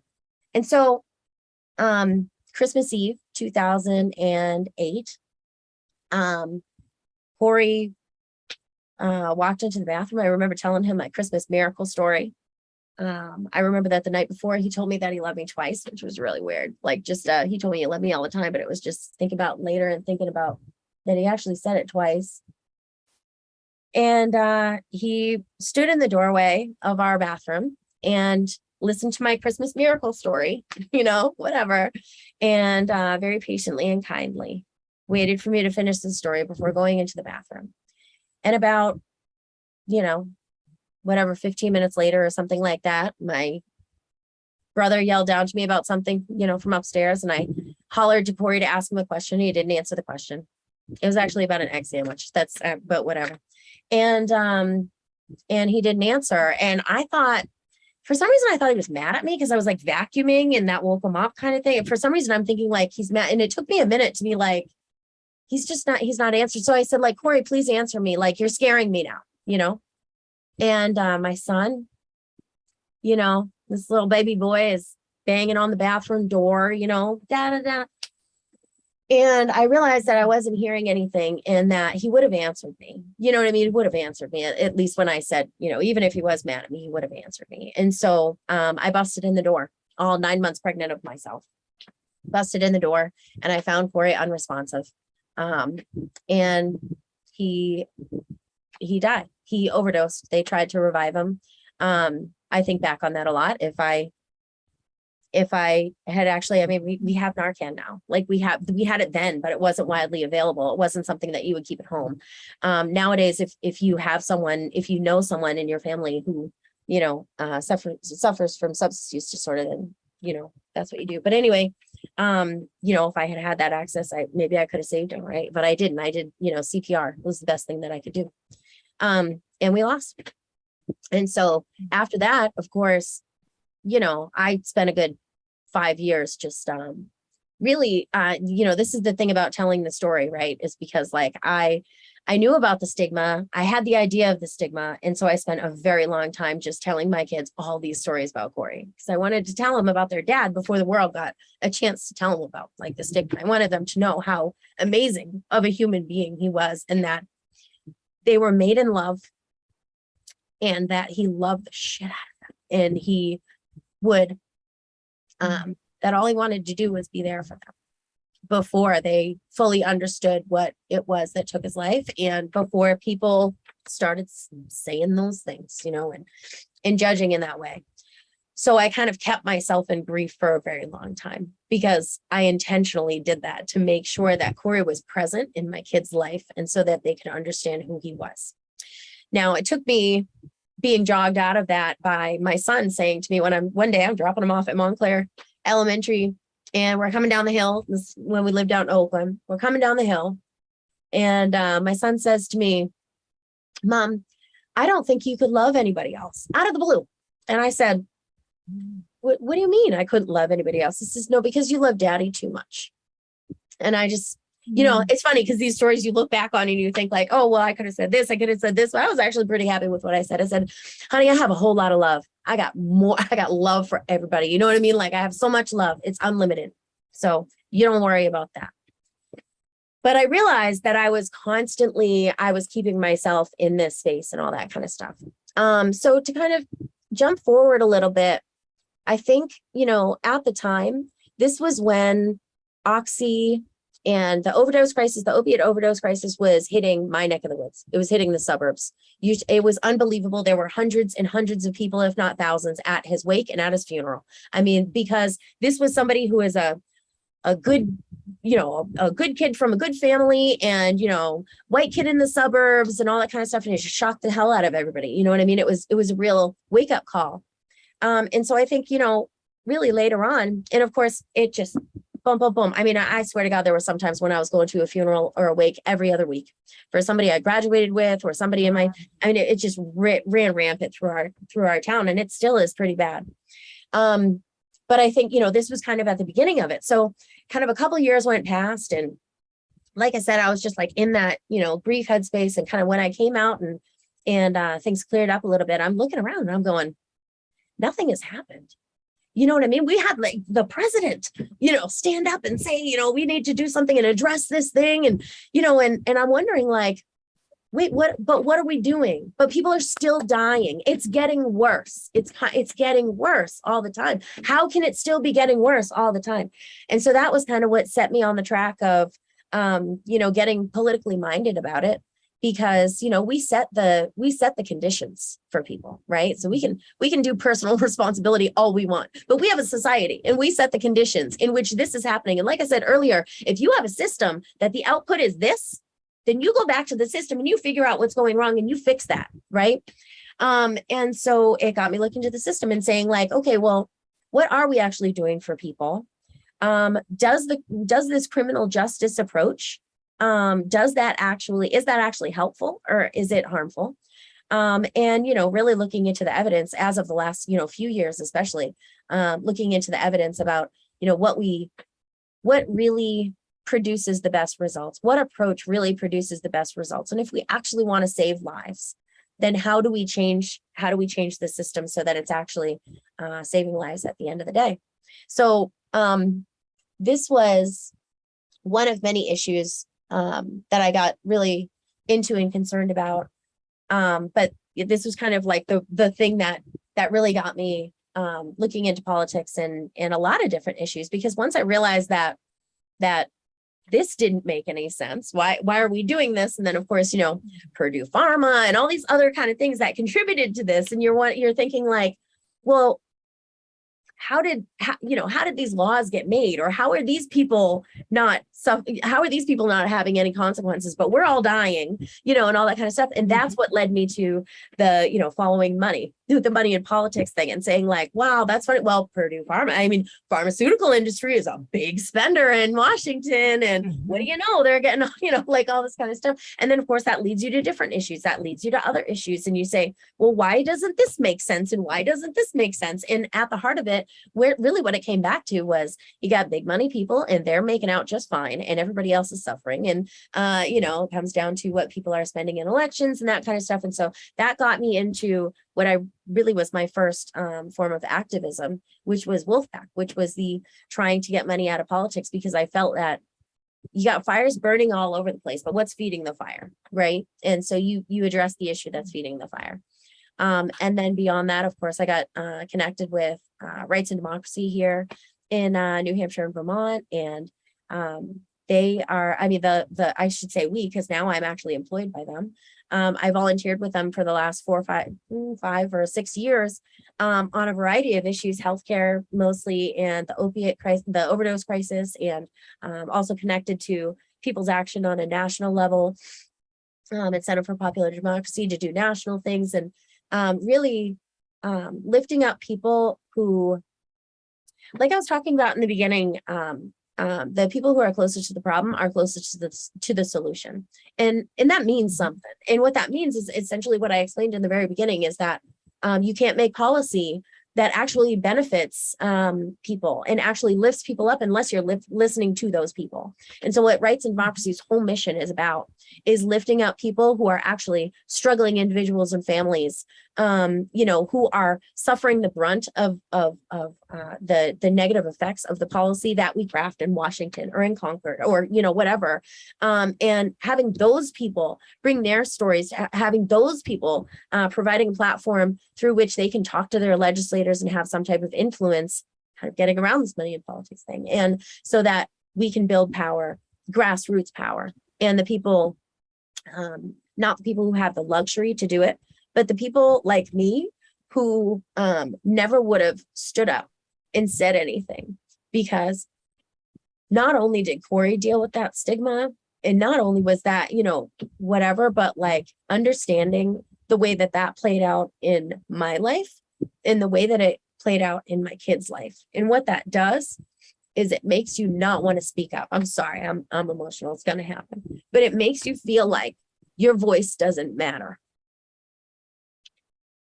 And what Rights and Democracy and what Wolfpack, what they did was they made me realize that my voice does matter. And not only does my voice matter, not only do I have something to say, and am I capable to say it, and capable to make an argument, and capable to craft legislation and work on legislation, be in committee and have that conversation. Not only am I capable of doing that, I have the values, I have the understanding that I need to enlist people on the grassroots, on the ground level, the people who are actually dealing with the policy, and bring their voices to that. So regaining my sense of self-empowerment just makes me want to spread it to other people. Does that make sense? And so now being in politics, there's an activist, there's an advocate, and there's a politician. All of these entities and all of the groups surrounding them all work together. You can't pass policy unless you have the people who are going to back you up, unless you have the people who are going to show up to testify, unless you have the experts, the advocates, and things like that who are going to show up to testify, who are going to have your back, who are going to talk to people in your community and build support for you. None of them can do it alone. None of us can do it alone. So what I see myself as doing right now is, I'm not leaving the activist, I'm not leaving the organized one, but I'm trying to step into a different capacity and like a puzzle, say, all right, this is where I can fit in. How can I do the most good in that role? So that's where I'm at. Wow. Well, first of all, I want to say I'm sorry. The first part is a really horrible story. I'm sorry. On Christmas Eve. I mean, Sorry. I've heard your story, before, and it's always powerful. Like every time, it's just, yeah, it's hard to have words, I think, after that. But I think it's truly incredible what the things that you've done in the aftermath, and like being faced with such a horrible tragedy, and then, and and just finding meaning and saying like, okay, well, I'm going to use my voice and uplift others. And, that's a truly amazing part. Very, very inspiring. And it's such a necessary reminder, because the people that are experiencing that, like, we are the people that should be speaking and that should be informing these policies. And I think so many people don't think that we should have that voice. And so it's wonderful that you're reminding people that we should. Yeah. So I have this kind of pet peeve of people thinking like the problem is solved, like acting like the problem is solved, and seeing one good thing and saying, oh, wait, it's like, we did it. Oh, good job. We did it. And it's like, no, you need to talk to people who are actually going through it, or, people who put together a policy and then say, well, we made a system for you to be able to do this. We look at this, we have done the thing. You know what I mean? All you have to do is navigate this maze that we've set up for you. And it's like, unless you've gone through that maze and understand, where you can't, you don't get it. Not even as a dig to anybody else. It's like we were talking about the traveling and stuff. It builds your perspective, right? Like it's just your, it's just a result of kind of where you've been. And it's one of those things that kind of leave you speechless. I know. I'm sorry. Don't be sorry. I'm glad. Thank you for sharing it. Yeah. We really appreciate you also sharing on our platform as well, because it's just such a powerful story. And is it hard to tell over and over again, or do you feel like, how do you feel at this point, like 17 years in? Yeah, well, 17 years was when we lived in California, but it's been it'll be 14 years Christmas Eve. Okay.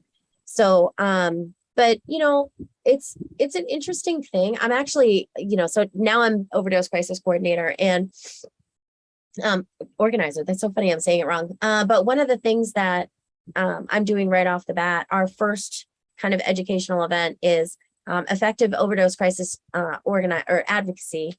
And it's broken up into 3 ones. This one is the human element. And really what it comes down to is things that we've talked about in this call about how language matters, and the way that you talk about substance use really matters. People used to walk around talking about junkies and crackheads and that kind of stuff. That's not helpful. And that is dehumanizing, and other things follow from that. But also just kind of the idea of lifting people up who are people are traumatized, people are scarred. You know what I mean? Yeah. I have referred to it regularly as this just kind of like open wound that I just keep pulling the scab off and pulling the scab off. No, it's not easy. Like it's not easy. And I think at the end of the day, I wouldn't if there wasn't some, if I didn't feel like it could do some good. And if I didn't feel like someone, that someone could hear it and maybe change their perspective, because at the heart of it is people who want to profit. Let's be real. But but because of that and the propaganda that goes around it and things, it's very stigmatized, and it's harmful to people, when you want to speak up. And I still feel like, I don't know, there's probably people watching who judge me now, you know what I mean, who are like, oh, she did drugs back in the day, and judge me, based on that and stuff like that. And that's harmful. But at the end of the day, I don't mind sharing it, and I'll stand up and I'll share it and I'll say it regardless, if I think that it'll actually do some good. It's kind of interesting. I was thinking about it the other day because my brother passed away a couple of years ago, and like my best friend, and he it was alcoholism. He died of alcoholism, and it's a very different situation in the way that I talk about it. And I love my brother. he literally like my best friend, my whole life. And so losing him was really hard. But it's really interesting because I don't talk about it like that. Like Corey, I go around and I tell this story, and it's funny because it's like, you know, there's, because it's the feeling of, I don't know if you can understand this or what on some level, I'm sure, but the feeling of cheapening someone's memory by using it in a way. Does that make sense? And like, but that's why I say is like, I'm not telling the story because I want people to feel bad for me or like anything like that. That's the last thing I want to do. I'm a strong ass bitch. Don't feel bad for me. You know what I mean? I'm doing the thing. Okay. But I think people need to understand it, and people can't understand it unless they really hear it and feel it. I have sat with, like, Annie Custer is one of my representatives in Washington, and I have sat there and talked to her staffers. And I've done this many times. I've done this quite a few times with legislators in Boston. I mean, not Boston, in Washington and things like that. But I remember when I went to talk to them about substance use, and I sat there and I told the story about Corey and about how my youngest, like I said, I was telling all of these stories because I wanted my kids to know who Corey was in a good way. I wanted them to know how amazing of a human he was. And my son, my youngest, so Corrado, my oldest, was in a lot of these stories. Benny wasn't. Benny wasn't born yet. He was born 2 weeks later, almost 3 weeks later. And so, so Benny wasn't in any of the stories. Corey, you know, Corrado was in some, but Benny wasn't in any. And my youngest at one point just decided to start telling stories. He was maybe 4 or 5 years old. He just decided to start telling stories and include himself in these stories that he was telling about him and daddy. I'm like, how can you,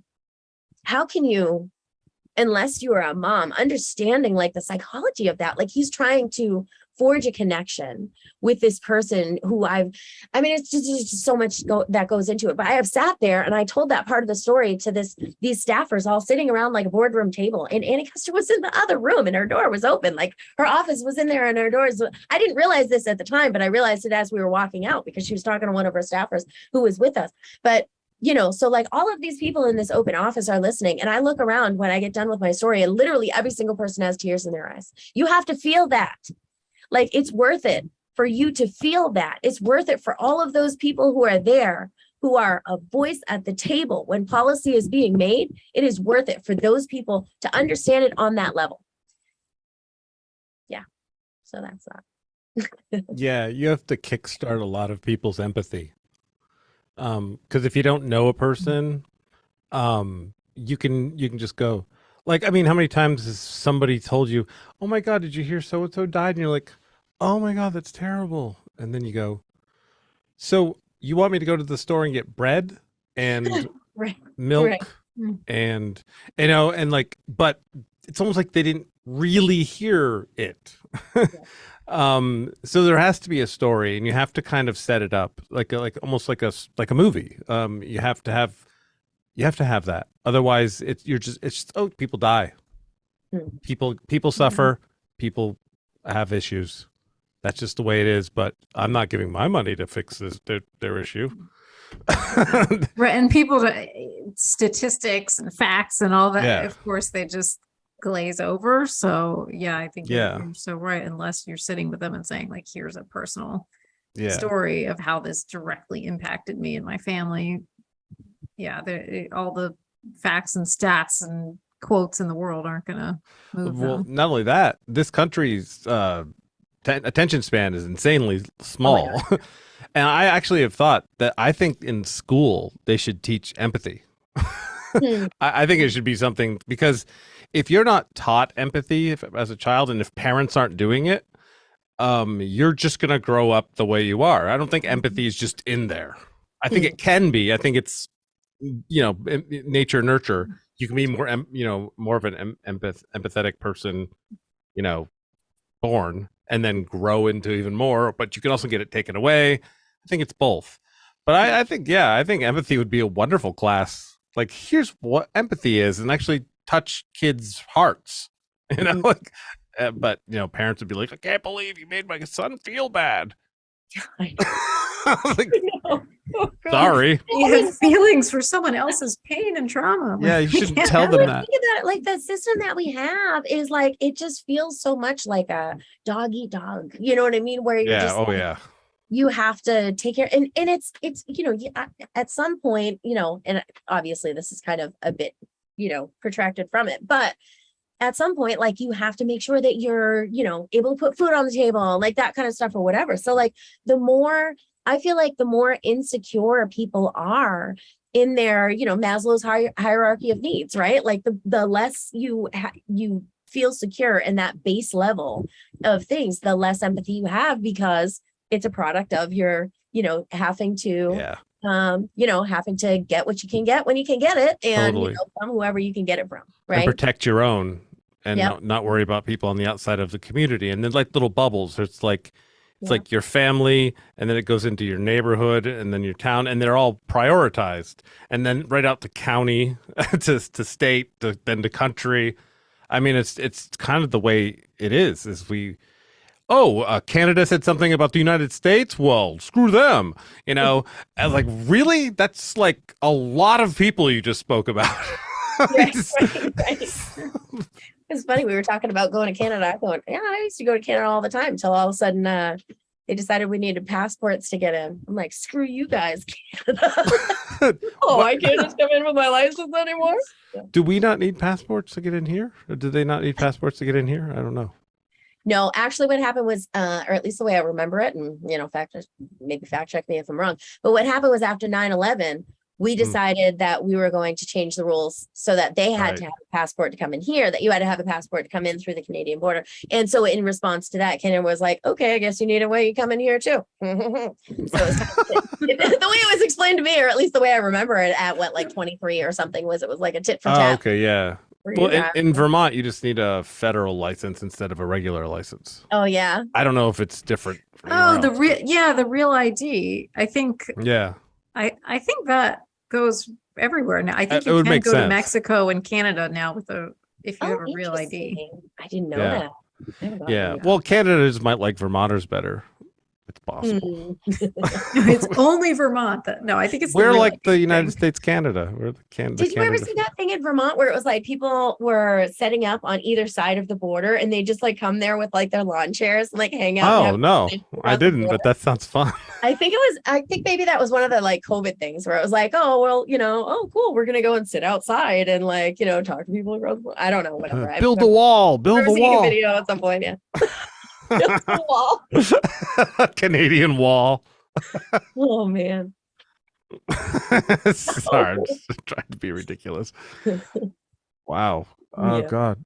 So how do you make a difference? I mean, obviously if you become a state representative, or when you do, how have you been trying to make a difference so far as like for being an activist towards addiction and awareness of the stigma and stuff?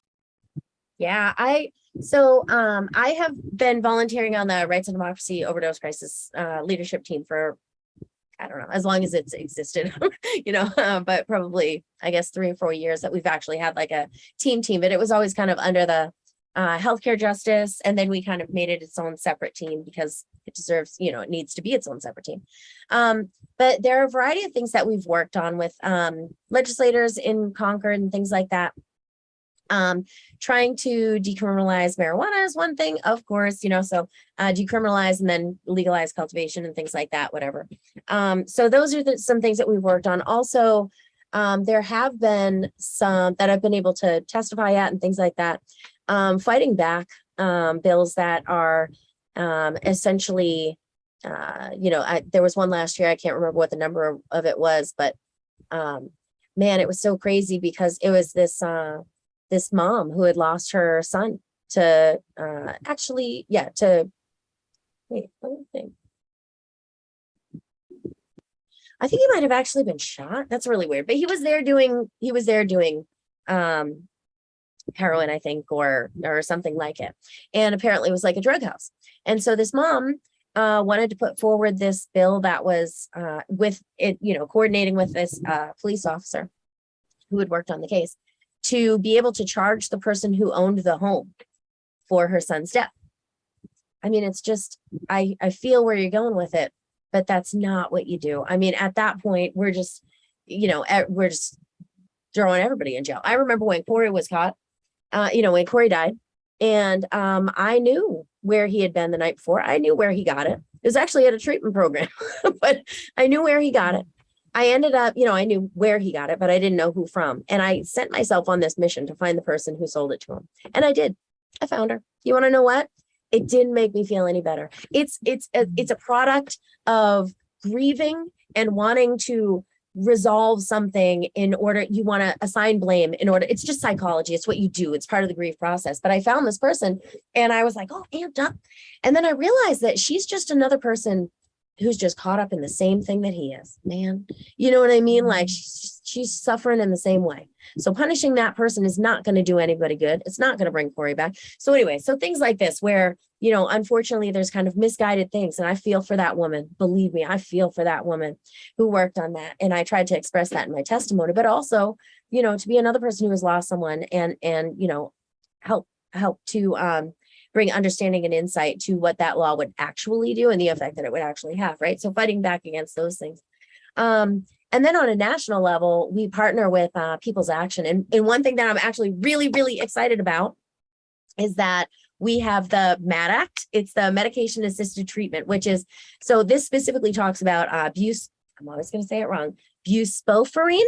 I think I'm saying it right. Anyway, it's basically Suboxone, right? So it's a drug it's a medication that someone can take to wean themselves off of opiates, right? And so it's a really, really good drug. But what they did when making the regulations and laws around this, they made it this special thing that can only be prescribed by doctors that have gone through this process to become certified, even though these doctors can prescribe any other drug. If they want to prescribe this one, they have to be specifically certified. There's all this red tape that comes along with it. That's just detrimental. And especially living in rural areas, if you don't have many doctors that are prescribing it, or if there are all these, and then it makes it so that doctors don't want to prescribe it. And then there are very few. So beautiful update. This was actually wrapped up. So it's the MAT Act. It was actually introduced by my senator, Maggie Hassan. Thank you, Maggie Hassan.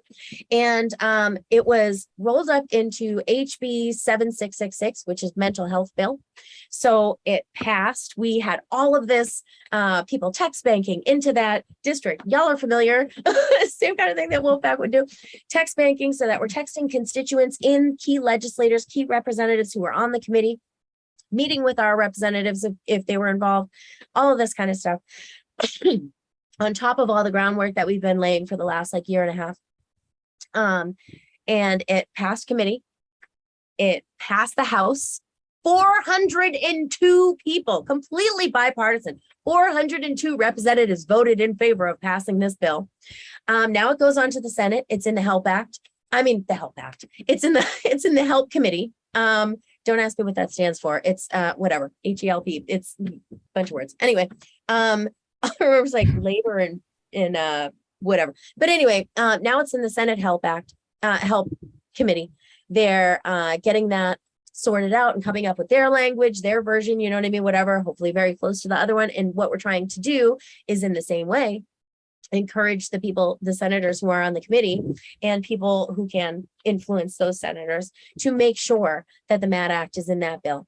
Then if it passes the, that committee, passes the Senate, goes on to Joe Biden's desk, and we can pass that into law. And that's something that we've been working on for years. So it's just it's an amazing feeling to see 402 representatives vote for it. So, and that's just the power of, all of these different organizations coming together and all of these people just laying down the, really, really putting in the work and putting in the effort and to get that through. So that's something that I'm really proud to have been a part of for sure. And things like that. It's really, we know that these things save lives. We know how to save lives. It's really just trying to fight away at any, work away at any little piece that you can get that will get us closer to actual evidence-based treatment of substance use disorder. And then, of course, along the way, it's about education. Like I said, we're doing these educational events with Rights and Democracy, and it's really just about, people need to be informed. And of course, we want to have anybody who wants to be there, but also candidates, people who are running, legislators, people who are already in office. These people, these are people who are going to be making those decisions. We want to educate them on what is the actual reality and what really works and what we need to change to make the changes that that we can. So it's really the focus on that now. That's wow. Congratulations on being part of that. That's fantastic. Yeah, that's great. Do you feel like throughout the course, like, because we talked about language and stigma and everything, and now you've been telling the story and doing this kind of long enough, do you feel like there's been any sort of shift in stigma and in language around there? How do you feel about that?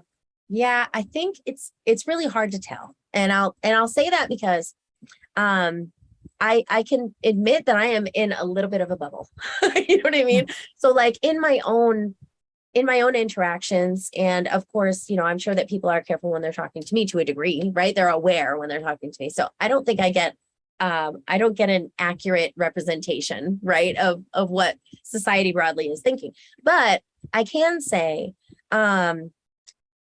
that we did, not me, but People's Action, I think it might have been Center for Popular Democracy. This is like a year and a half, maybe 2 years ago. But they had done a survey, and they, focus groups, and they brought people in. And this is specifically the one that I was really invested in and listened to, were from New Hampshire. And so it's, I think it was just kind of like suburban mom kind of thing, that kind of demographic and stuff. And there were things that I was really happy about. And there were things that you're like, man, you still holding on to that, kind of, misunderstanding. So yeah, there's a lot of work to do. I think that we have made progress. I do think that, that on the whole, on average, I do think that people are starting to shift their perspective on it. But I guess it's, if the MAD Act is passing, even that, because we used to look at that, the royal people used to look at that as if that was enabling people, right? That used to be like, oh, well, we're not going to, even certain programs and stuff would say, oh no, you can't come here. And I've heard this from many people.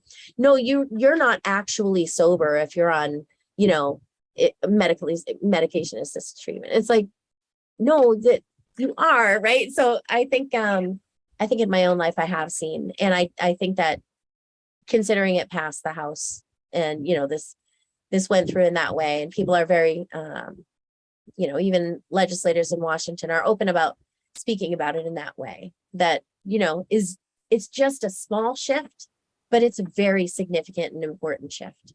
Yeah, I just wrote an article on 3 articles actually on quitting smoking, and and one of the pieces was like how your doctor can help, and you don't think about like it is really hard to ask people to quit like anything that has any kind of addictive properties, especially if you have trauma involved. Like just don't do it. Like what? That's not and. So even like the amount of time that, like, as I had to dig into it for the article, like the amount of time that the average person quits, takes to quit, like how many times of trying, and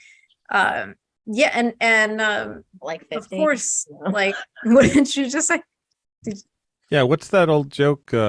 I don't know why everybody thinks it's so hard to quit smoking. I've done it thousands of times. It's literally like literally accurate. And but then like there's like the medication or the nicotine replacement therapies that are like, oh, these are very helpful tools, and so in the same vein, it's like, why would you, whatever tool? I was talking to this physician who was great, and he's just like, whatever tool helps somebody quit, like let's give it to them. And I'm like, that makes very logical sense. In England, they recommend to smokers, women who are pregnant that are smoking, to vape. they don't recommend anyone to start vaping. That's not what they're saying. They're saying, but if you're pregnant and you can't stop smoking, vape. Yeah. I mean, that's They don't do that in America because the cigarette companies have a war against vape. And so everything you hear about how bad vape is amplified by that machine. Yes, convenience store vape is bad. Yes, it is. This is organic. You can get good stuff. You don't have to go to Cumberland Farms and grab a Jewel. Those are bad. Because there's something to it. So what it is this. I have to tell you this. Okay, so this is this little thing right here, right? It regulates how hot the coil gets. So you can never, if you're inhaling and it gets to a certain temperature, it shuts it off. If you get a cigarette, an e-cig at a store, the more you drag, the more it heats up. That's what's bad for you, because the coil gets so hot, it changes the molecular structure of what you're breathing in. But if you get a mod, it regulates the temperature, so you can never make the chemical turn into the bad. As long as you get good chemical too, you good juice. You can get bad juice as well. You have to just use your brain when you're doing it. Yeah. So certain things. Well, no, but they just go, I don't know anything. E-cigarettes are horrifying for you. They're worse than smoking. No. Stop it. I distinctly remember going to Harvard Square when I was 16 years old. My brother telling me that I should smoke these because they're better. Oh my God. Yeah, there's less chemicals. But I'm like, yeah, no, I'm still killing myself. Yeah, we were just talking about American spirits a couple weeks ago, Rena. We were, because an unhoused person asked me, like, he was stable, was following me a bit, and I was like, I can get you something from the store, like, would you like that? And he's like, yeah. So I asked him what he wanted. I thought like it would maybe be like food or something. And he specifically wanted spirit cigarettes. So I was like, okay.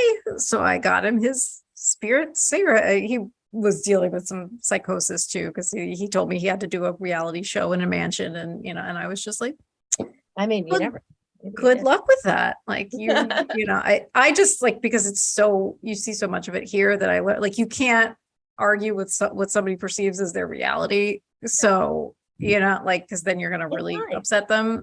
And also I'm like, what, so I just listened, and I was like, how about I get you something from the store, and then, hopefully you don't follow me home, because I didn't say that part, but I was like, maybe, but then it ended up being a fine interaction, and he got his spirit cigarettes and like happily went on his way. And, but I was telling Jayson, like, that was the only time I bought those cigarettes was out here.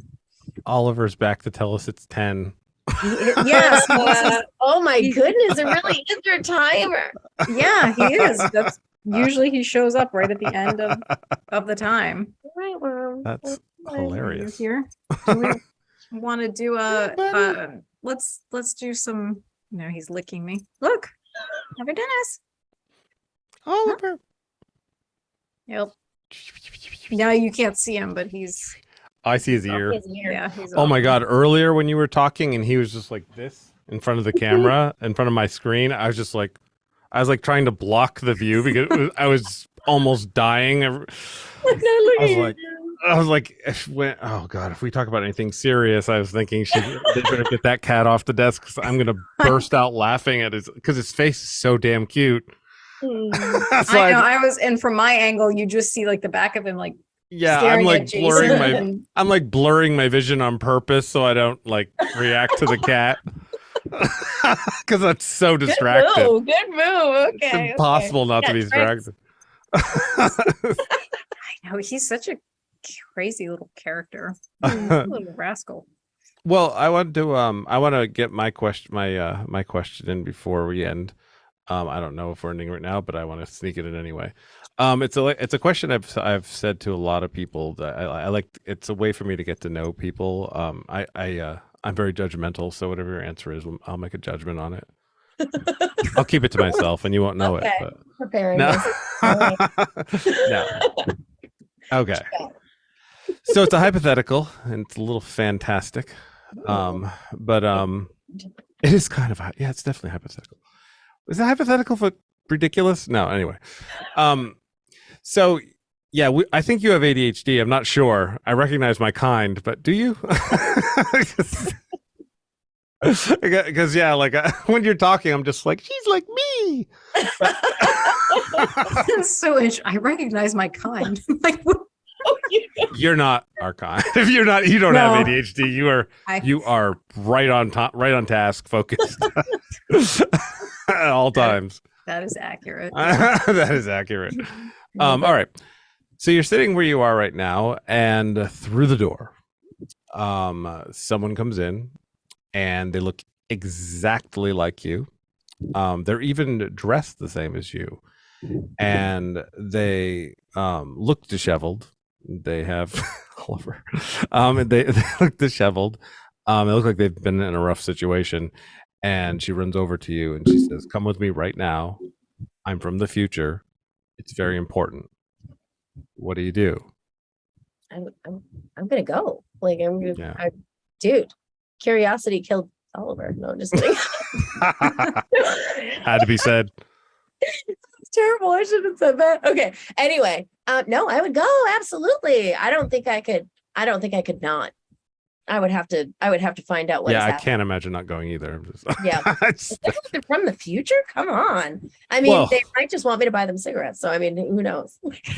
Wasn't it Savage Joy? Was she the one that had the identical twin, or was it? Yes. Yeah. She goes, "I would just think it's my sister." Yeah. Oh my goodness. We did not expect that one. Savage Joy is my birthday buddy too. She was born exactly a year before me, May 21st. Just, tidbits. May 21st. A year before, but same date. Yeah, same day. That's wild. Mm-hmm. Oh, so you may say that it's ADHD. I say that I'm just a Gemini and a Taurus. I am on the cusp. Like, you don't know what you're gonna get. You got 3 people to choose from. Who's gonna show up today? 3? Why 3? Twins and Taurus. You know what I'm saying? Okay. All right. I'm a Scorpio, so if you yeah. I'm not sure I completely believe in astrology. I recognize I get it though, because I recognize the patterns, and there are a lot of times where I'll meet someone, I'll be like, "Are you a Scorpio?" And they'll be like, "Yeah." I don't know the other ones. Like, I know Aries a little bit because they kind of freaked me out because my dad was an Aries and I can kind of sense them. But I also, my science part of my brain doesn't believe in this at all because it makes no sense. So I have these 2 perspectives fighting each other. Mm-hmm. I feel the same way, except my logical brain has figured it out for me, has rationalized exactly what it is. Because here's the thing, I like astrology, and the reason I enjoy it, right, is because for me it's like a mental exercise, right?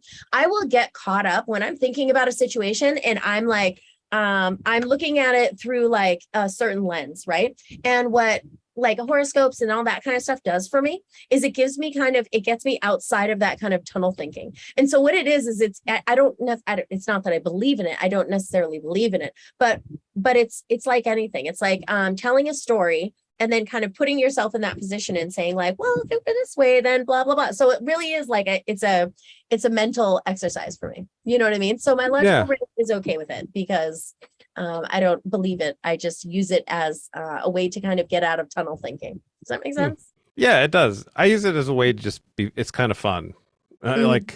Which is weird for me because I'm pretty logical and I don't usually subscribe to anything that I don't believe in just because it's fun. Generally I'm like, nope, it doesn't make sense. It's stupid. But for some reason, astrology, I think it's because Scorpio is so similar to me that it really hit home when I've read anything I've ever read. It's just like, oh my God, that's insane.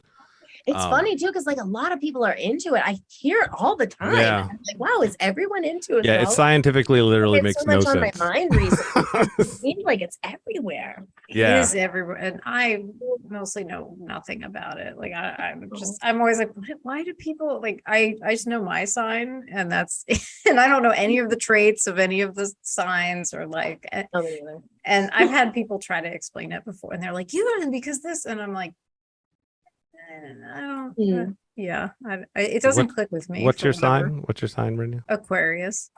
I know nothing about Aquarius. You're like, I don't know. I just know we're both water signs. I don't know anything about Aquarius either. Yeah, I'm just like I don't know anything any about of the other signs. Like I don't know. Yeah, actually, I don't know anything about any of them. I know some things like Taurus. I know like we're like buds, Scorpio and Taurus. Oh. Yeah. Okay.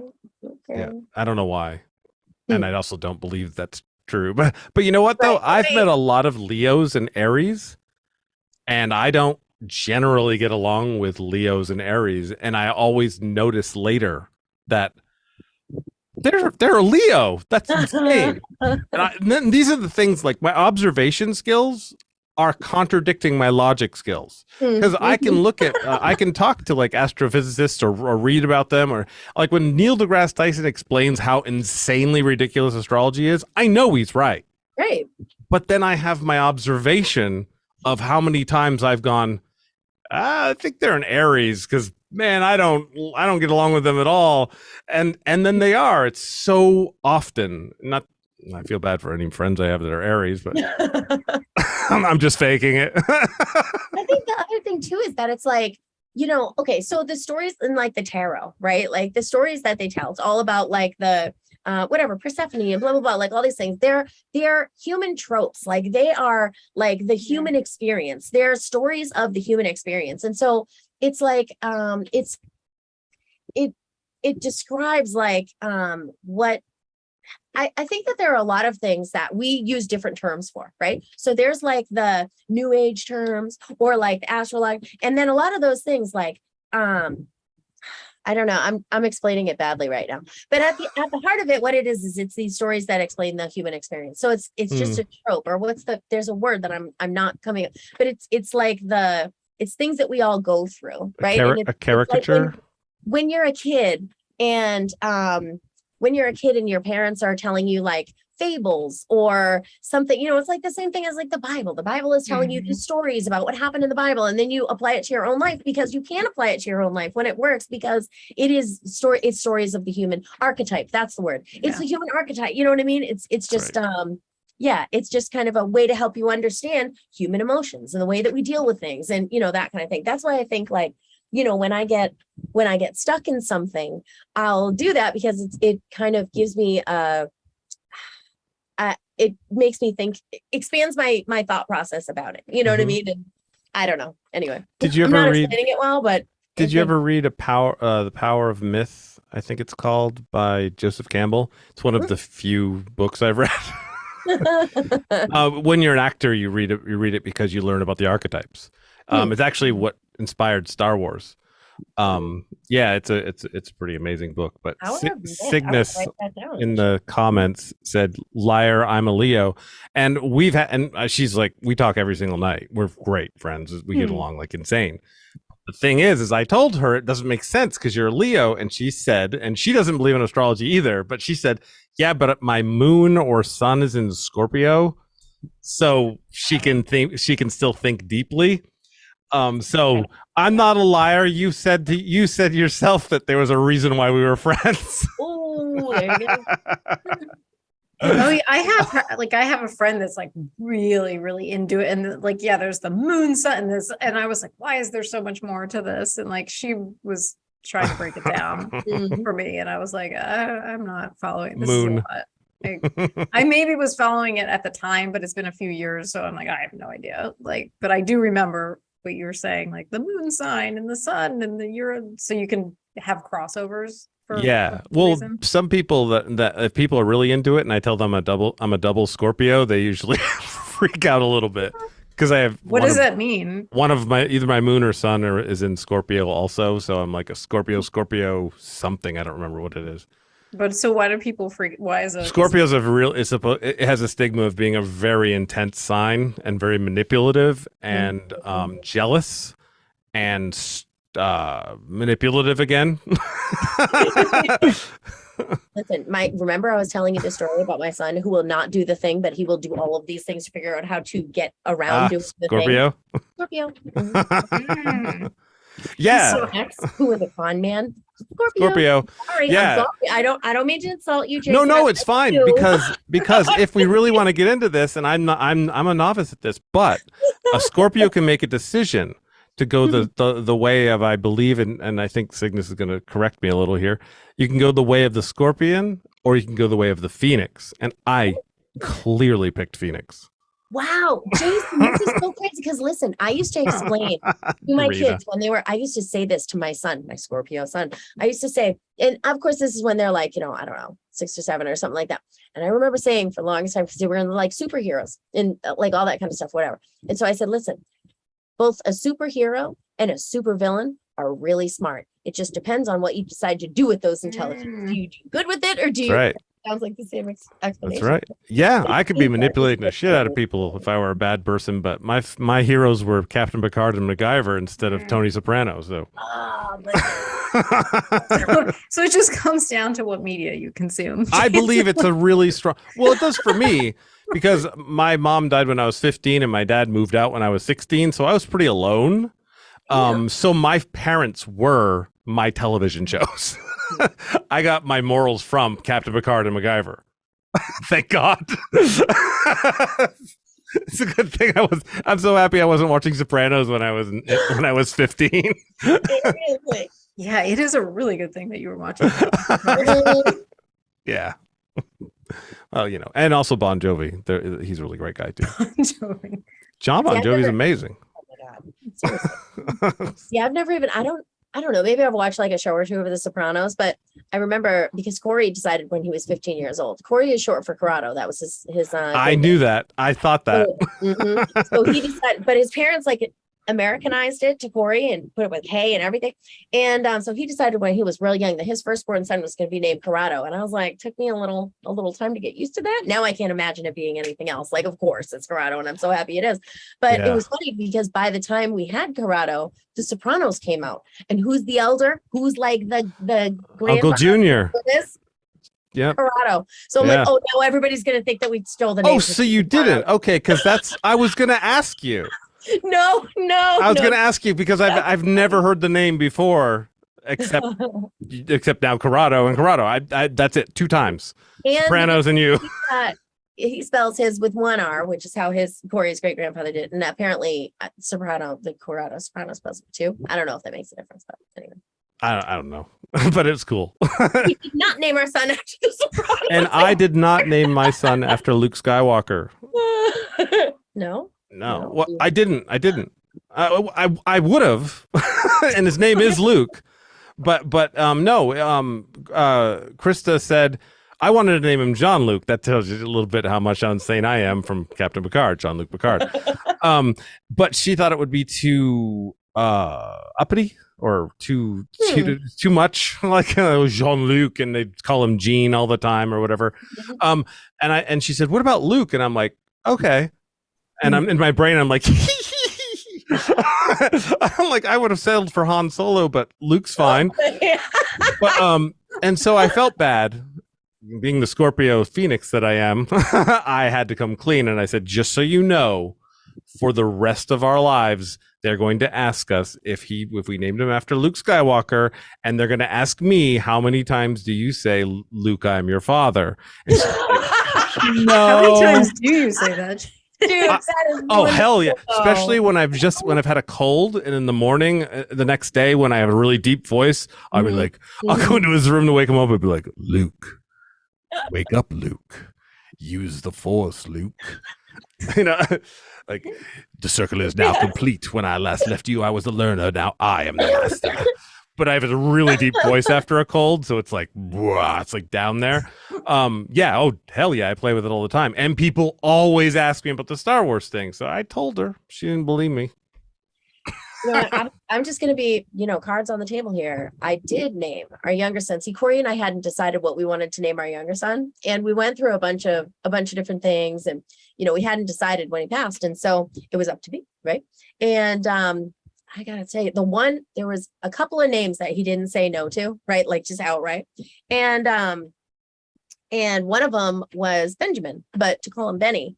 And I'm going to be honest, I brought up that name and I love that name because it was my favorite rockabilly bar in Colorado Springs. Oh.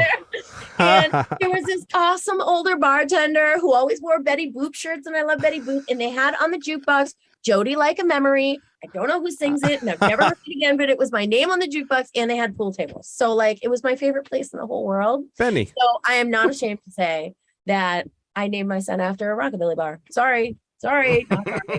I think that's cute. It's a good name. That's a great story. Too. I do like Benny too. Benny's a good I know. name. Well, he said he's going to change it on his birth certificate because his name is not Benjamin. It's going to be Benny. Like, it's fun. Nice. Good times. We did the whole rhyming thing. Like, we were like, what about this name? And then we're like, doop, doop, doop. Nope. Like Bucks out. Like this, like you just go down the list. You start playing the name game. And some reason Luke and Puke never came up because clearly there's an issue there. Kids at school, they're so mean. Mm-hmm. Mm-hmm. I don't know why we didn't think Puke. Should have happened. That was good. Don't put it into the universe. How old is he? He can't be harassed anymore now, right? Well, he's 5. Don't put it into the universe. No, I won't do that. Awesome. Well, we're way over the 2 hours. Yeah, we're actually coming up on where my bladder is calling. It's been so hot. Like usually I try to restrict my liquid intake but it like, because I know how I am, but like it's been very hot in here, and I'll be sitting here and I'll get a headache. I'm like, I think I might be dehydrated. So I've been like, you could do it like NASCAR drivers do, like just wear something, like or like an astronaut. I mean, that's what I do. My bathroom's there, Jayson. like that door is literally, so there's no reason for that. Yeah, when you play video games, you don't want to go anywhere. So the whole NASCAR thing. Don't even. Please don't. I don't even. Don't put that into the universe.